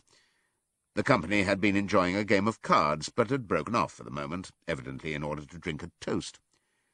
A large jug was circulating, and the mugs were being refilled with beer. No one noticed the wondering faces of the animals that gazed in at the window. Mr. Pilkington of Foxwood had stood up, his mug in his hand. In a moment, he said, he would ask the present company to drink a toast. But before doing so, there were a few words that he felt it incumbent upon him to say. It was a source of great satisfaction to him, he said, and he was sure to all others present, to feel that a long period of mistrust and misunderstanding had now come to an end. There had been a time, not that he or any of the present company had shared such sentiments, but there had been a time when the respected proprietors of Animal Farm had been regarded, he would not say with hostility, but perhaps with a certain measure of misgiving by their human neighbours. Unfortunate incidents had occurred. Mistaken ideas had been current. It had been felt that the existence of a farm owned and operated by pigs was somehow abnormal and was liable to have an unsettling effect in the neighbourhood. Too many farmers had assumed, without due inquiry, that on such a farm a spirit of licence and indiscipline would prevail. They had been nervous about the effects upon their own animals, or even upon their human employees. But all such doubts were now dispelled. Today he and his friends had visited Animal Farm and inspected every inch of it with their own eyes, and what did they find? Not only the most up-to-date methods, but a discipline and an orderliness which should be an example to all farmers everywhere. He believed that he was right in saying that the lower animals on Animal Farm did more work and received less food than any animals in the county. Indeed, he and his fellow visitors today had observed many features which they intended to introduce on their own farms immediately. He would end his remarks, he said, by emphasizing once again the friendly feelings that subsisted, and ought to subsist, between Animal Farm and its neighbours. Between pigs and human beings there was not, and there need not be, any clash of interests whatever. Their struggles and their difficulties were one. Was not the labour problem the same everywhere? Here it became apparent that Mr. Pilkington was about to spring some carefully prepared witticism on the company, but for a moment he was too overcome by amusement to be able to utter it. After much choking, during which his various chins turned purple, he managed to get it out. "If you have your lower animals to contend with," he said, "we have our lower classes." This bon mot set the table in a roar, and Mr. Pilkington once again congratulated the pigs on the low rations, the long working hours, and the general absence of pampering which he had observed on Animal Farm. And now, he said finally, he would ask the company to rise to their feet and make certain that their glasses were full. "Gentlemen," concluded Mr. Pilkington, "gentlemen, I give you a toast to the prosperity of Animal Farm." There was enthusiastic cheering and stamping of feet. Napoleon was so gratified that he left his place and came round the table to clink his mug against Mr. Pilkington's before emptying it. When the cheering had died down, Napoleon, who had remained on his feet, intimated that he too had a few words to say. Like all of Napoleon's speeches, it was short and to the point. He too, he said, was happy that the period of misunderstanding was at an end. For a long time there had been rumours, circulated, he had reason to think, by some malignant enemy, that there was something subversive and even revolutionary in the outlook of himself and his colleagues. They had been credited with attempting to stir up rebellion among the animals on neighbouring farms. Nothing could be further from the truth. Their sole wish, now and in the past, was to live at peace and in normal business relations with their neighbours. This farm, which he had the honour to control, he added, was a cooperative enterprise. The title deeds, which were in his own possession, were owned by the pigs jointly. He did not believe, he said, that any of the old suspicions still lingered, but certain changes had been made recently in the routine of the farm which should have the effect of promoting confidence still further. Hitherto, the animals on the farm had had a rather foolish custom of addressing one another as comrade. This was to be suppressed. There had also been a very strange custom, whose origin was unknown, of marching every Sunday morning past a boar's skull which was nailed to a post in the garden. This, too, would be suppressed, and the skull had already been buried. His visitors might have observed, too, the green flag which flew from the masthead. If so, they would perhaps have noted that the white hoof and horn with which it had previously been marked had now been removed. It would be a plain green flag from now onwards. He had only one criticism, he said, to make of Mr. Pilkington's excellent and neighbourly speech. Mr. Pilkington had referred throughout to Animal Farm. He could not, of course, know, for he, Napoleon, was only now for the first time announcing it, that the name Animal Farm had been abolished. Henceforward the farm was to be known as the Manor Farm, which, he believed, was its correct and original name. "Gentlemen," concluded Napoleon, "I will give you the same toast as before, but in a different form. Fill your glasses to the brim. Gentlemen, here is my toast to the prosperity of the Manor Farm." There was the same hearty cheering as before, and the mugs were emptied to the dregs. But as the animals outside gazed at the scene, it seemed to them that some strange thing was happening. What was it that had altered in the faces of the pigs? Clover's old dim eyes flitted from one face to another. Some of them had 5 chins, some had 4, some had 3. But what was it that seemed to be melting and changing? Then, the applause having come to an end, the company took up their cards and continued the game that had been interrupted, and the animals crept silently away. But they had not gone 20 yards when they stopped short. An uproar of voices was coming from the farmhouse. They rushed back and looked through the window again. Yes, a violent quarrel was in progress. There were shoutings, bangings on the table, sharp, suspicious glances, furious denials.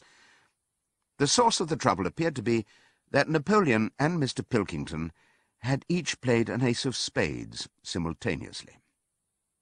12 voices were shouting in anger, and they were all alike. No question now what had happened to the faces of the pigs. The creatures outside looked from pig to man, and from man to pig, and from pig to man again. But already it was impossible to say which was which.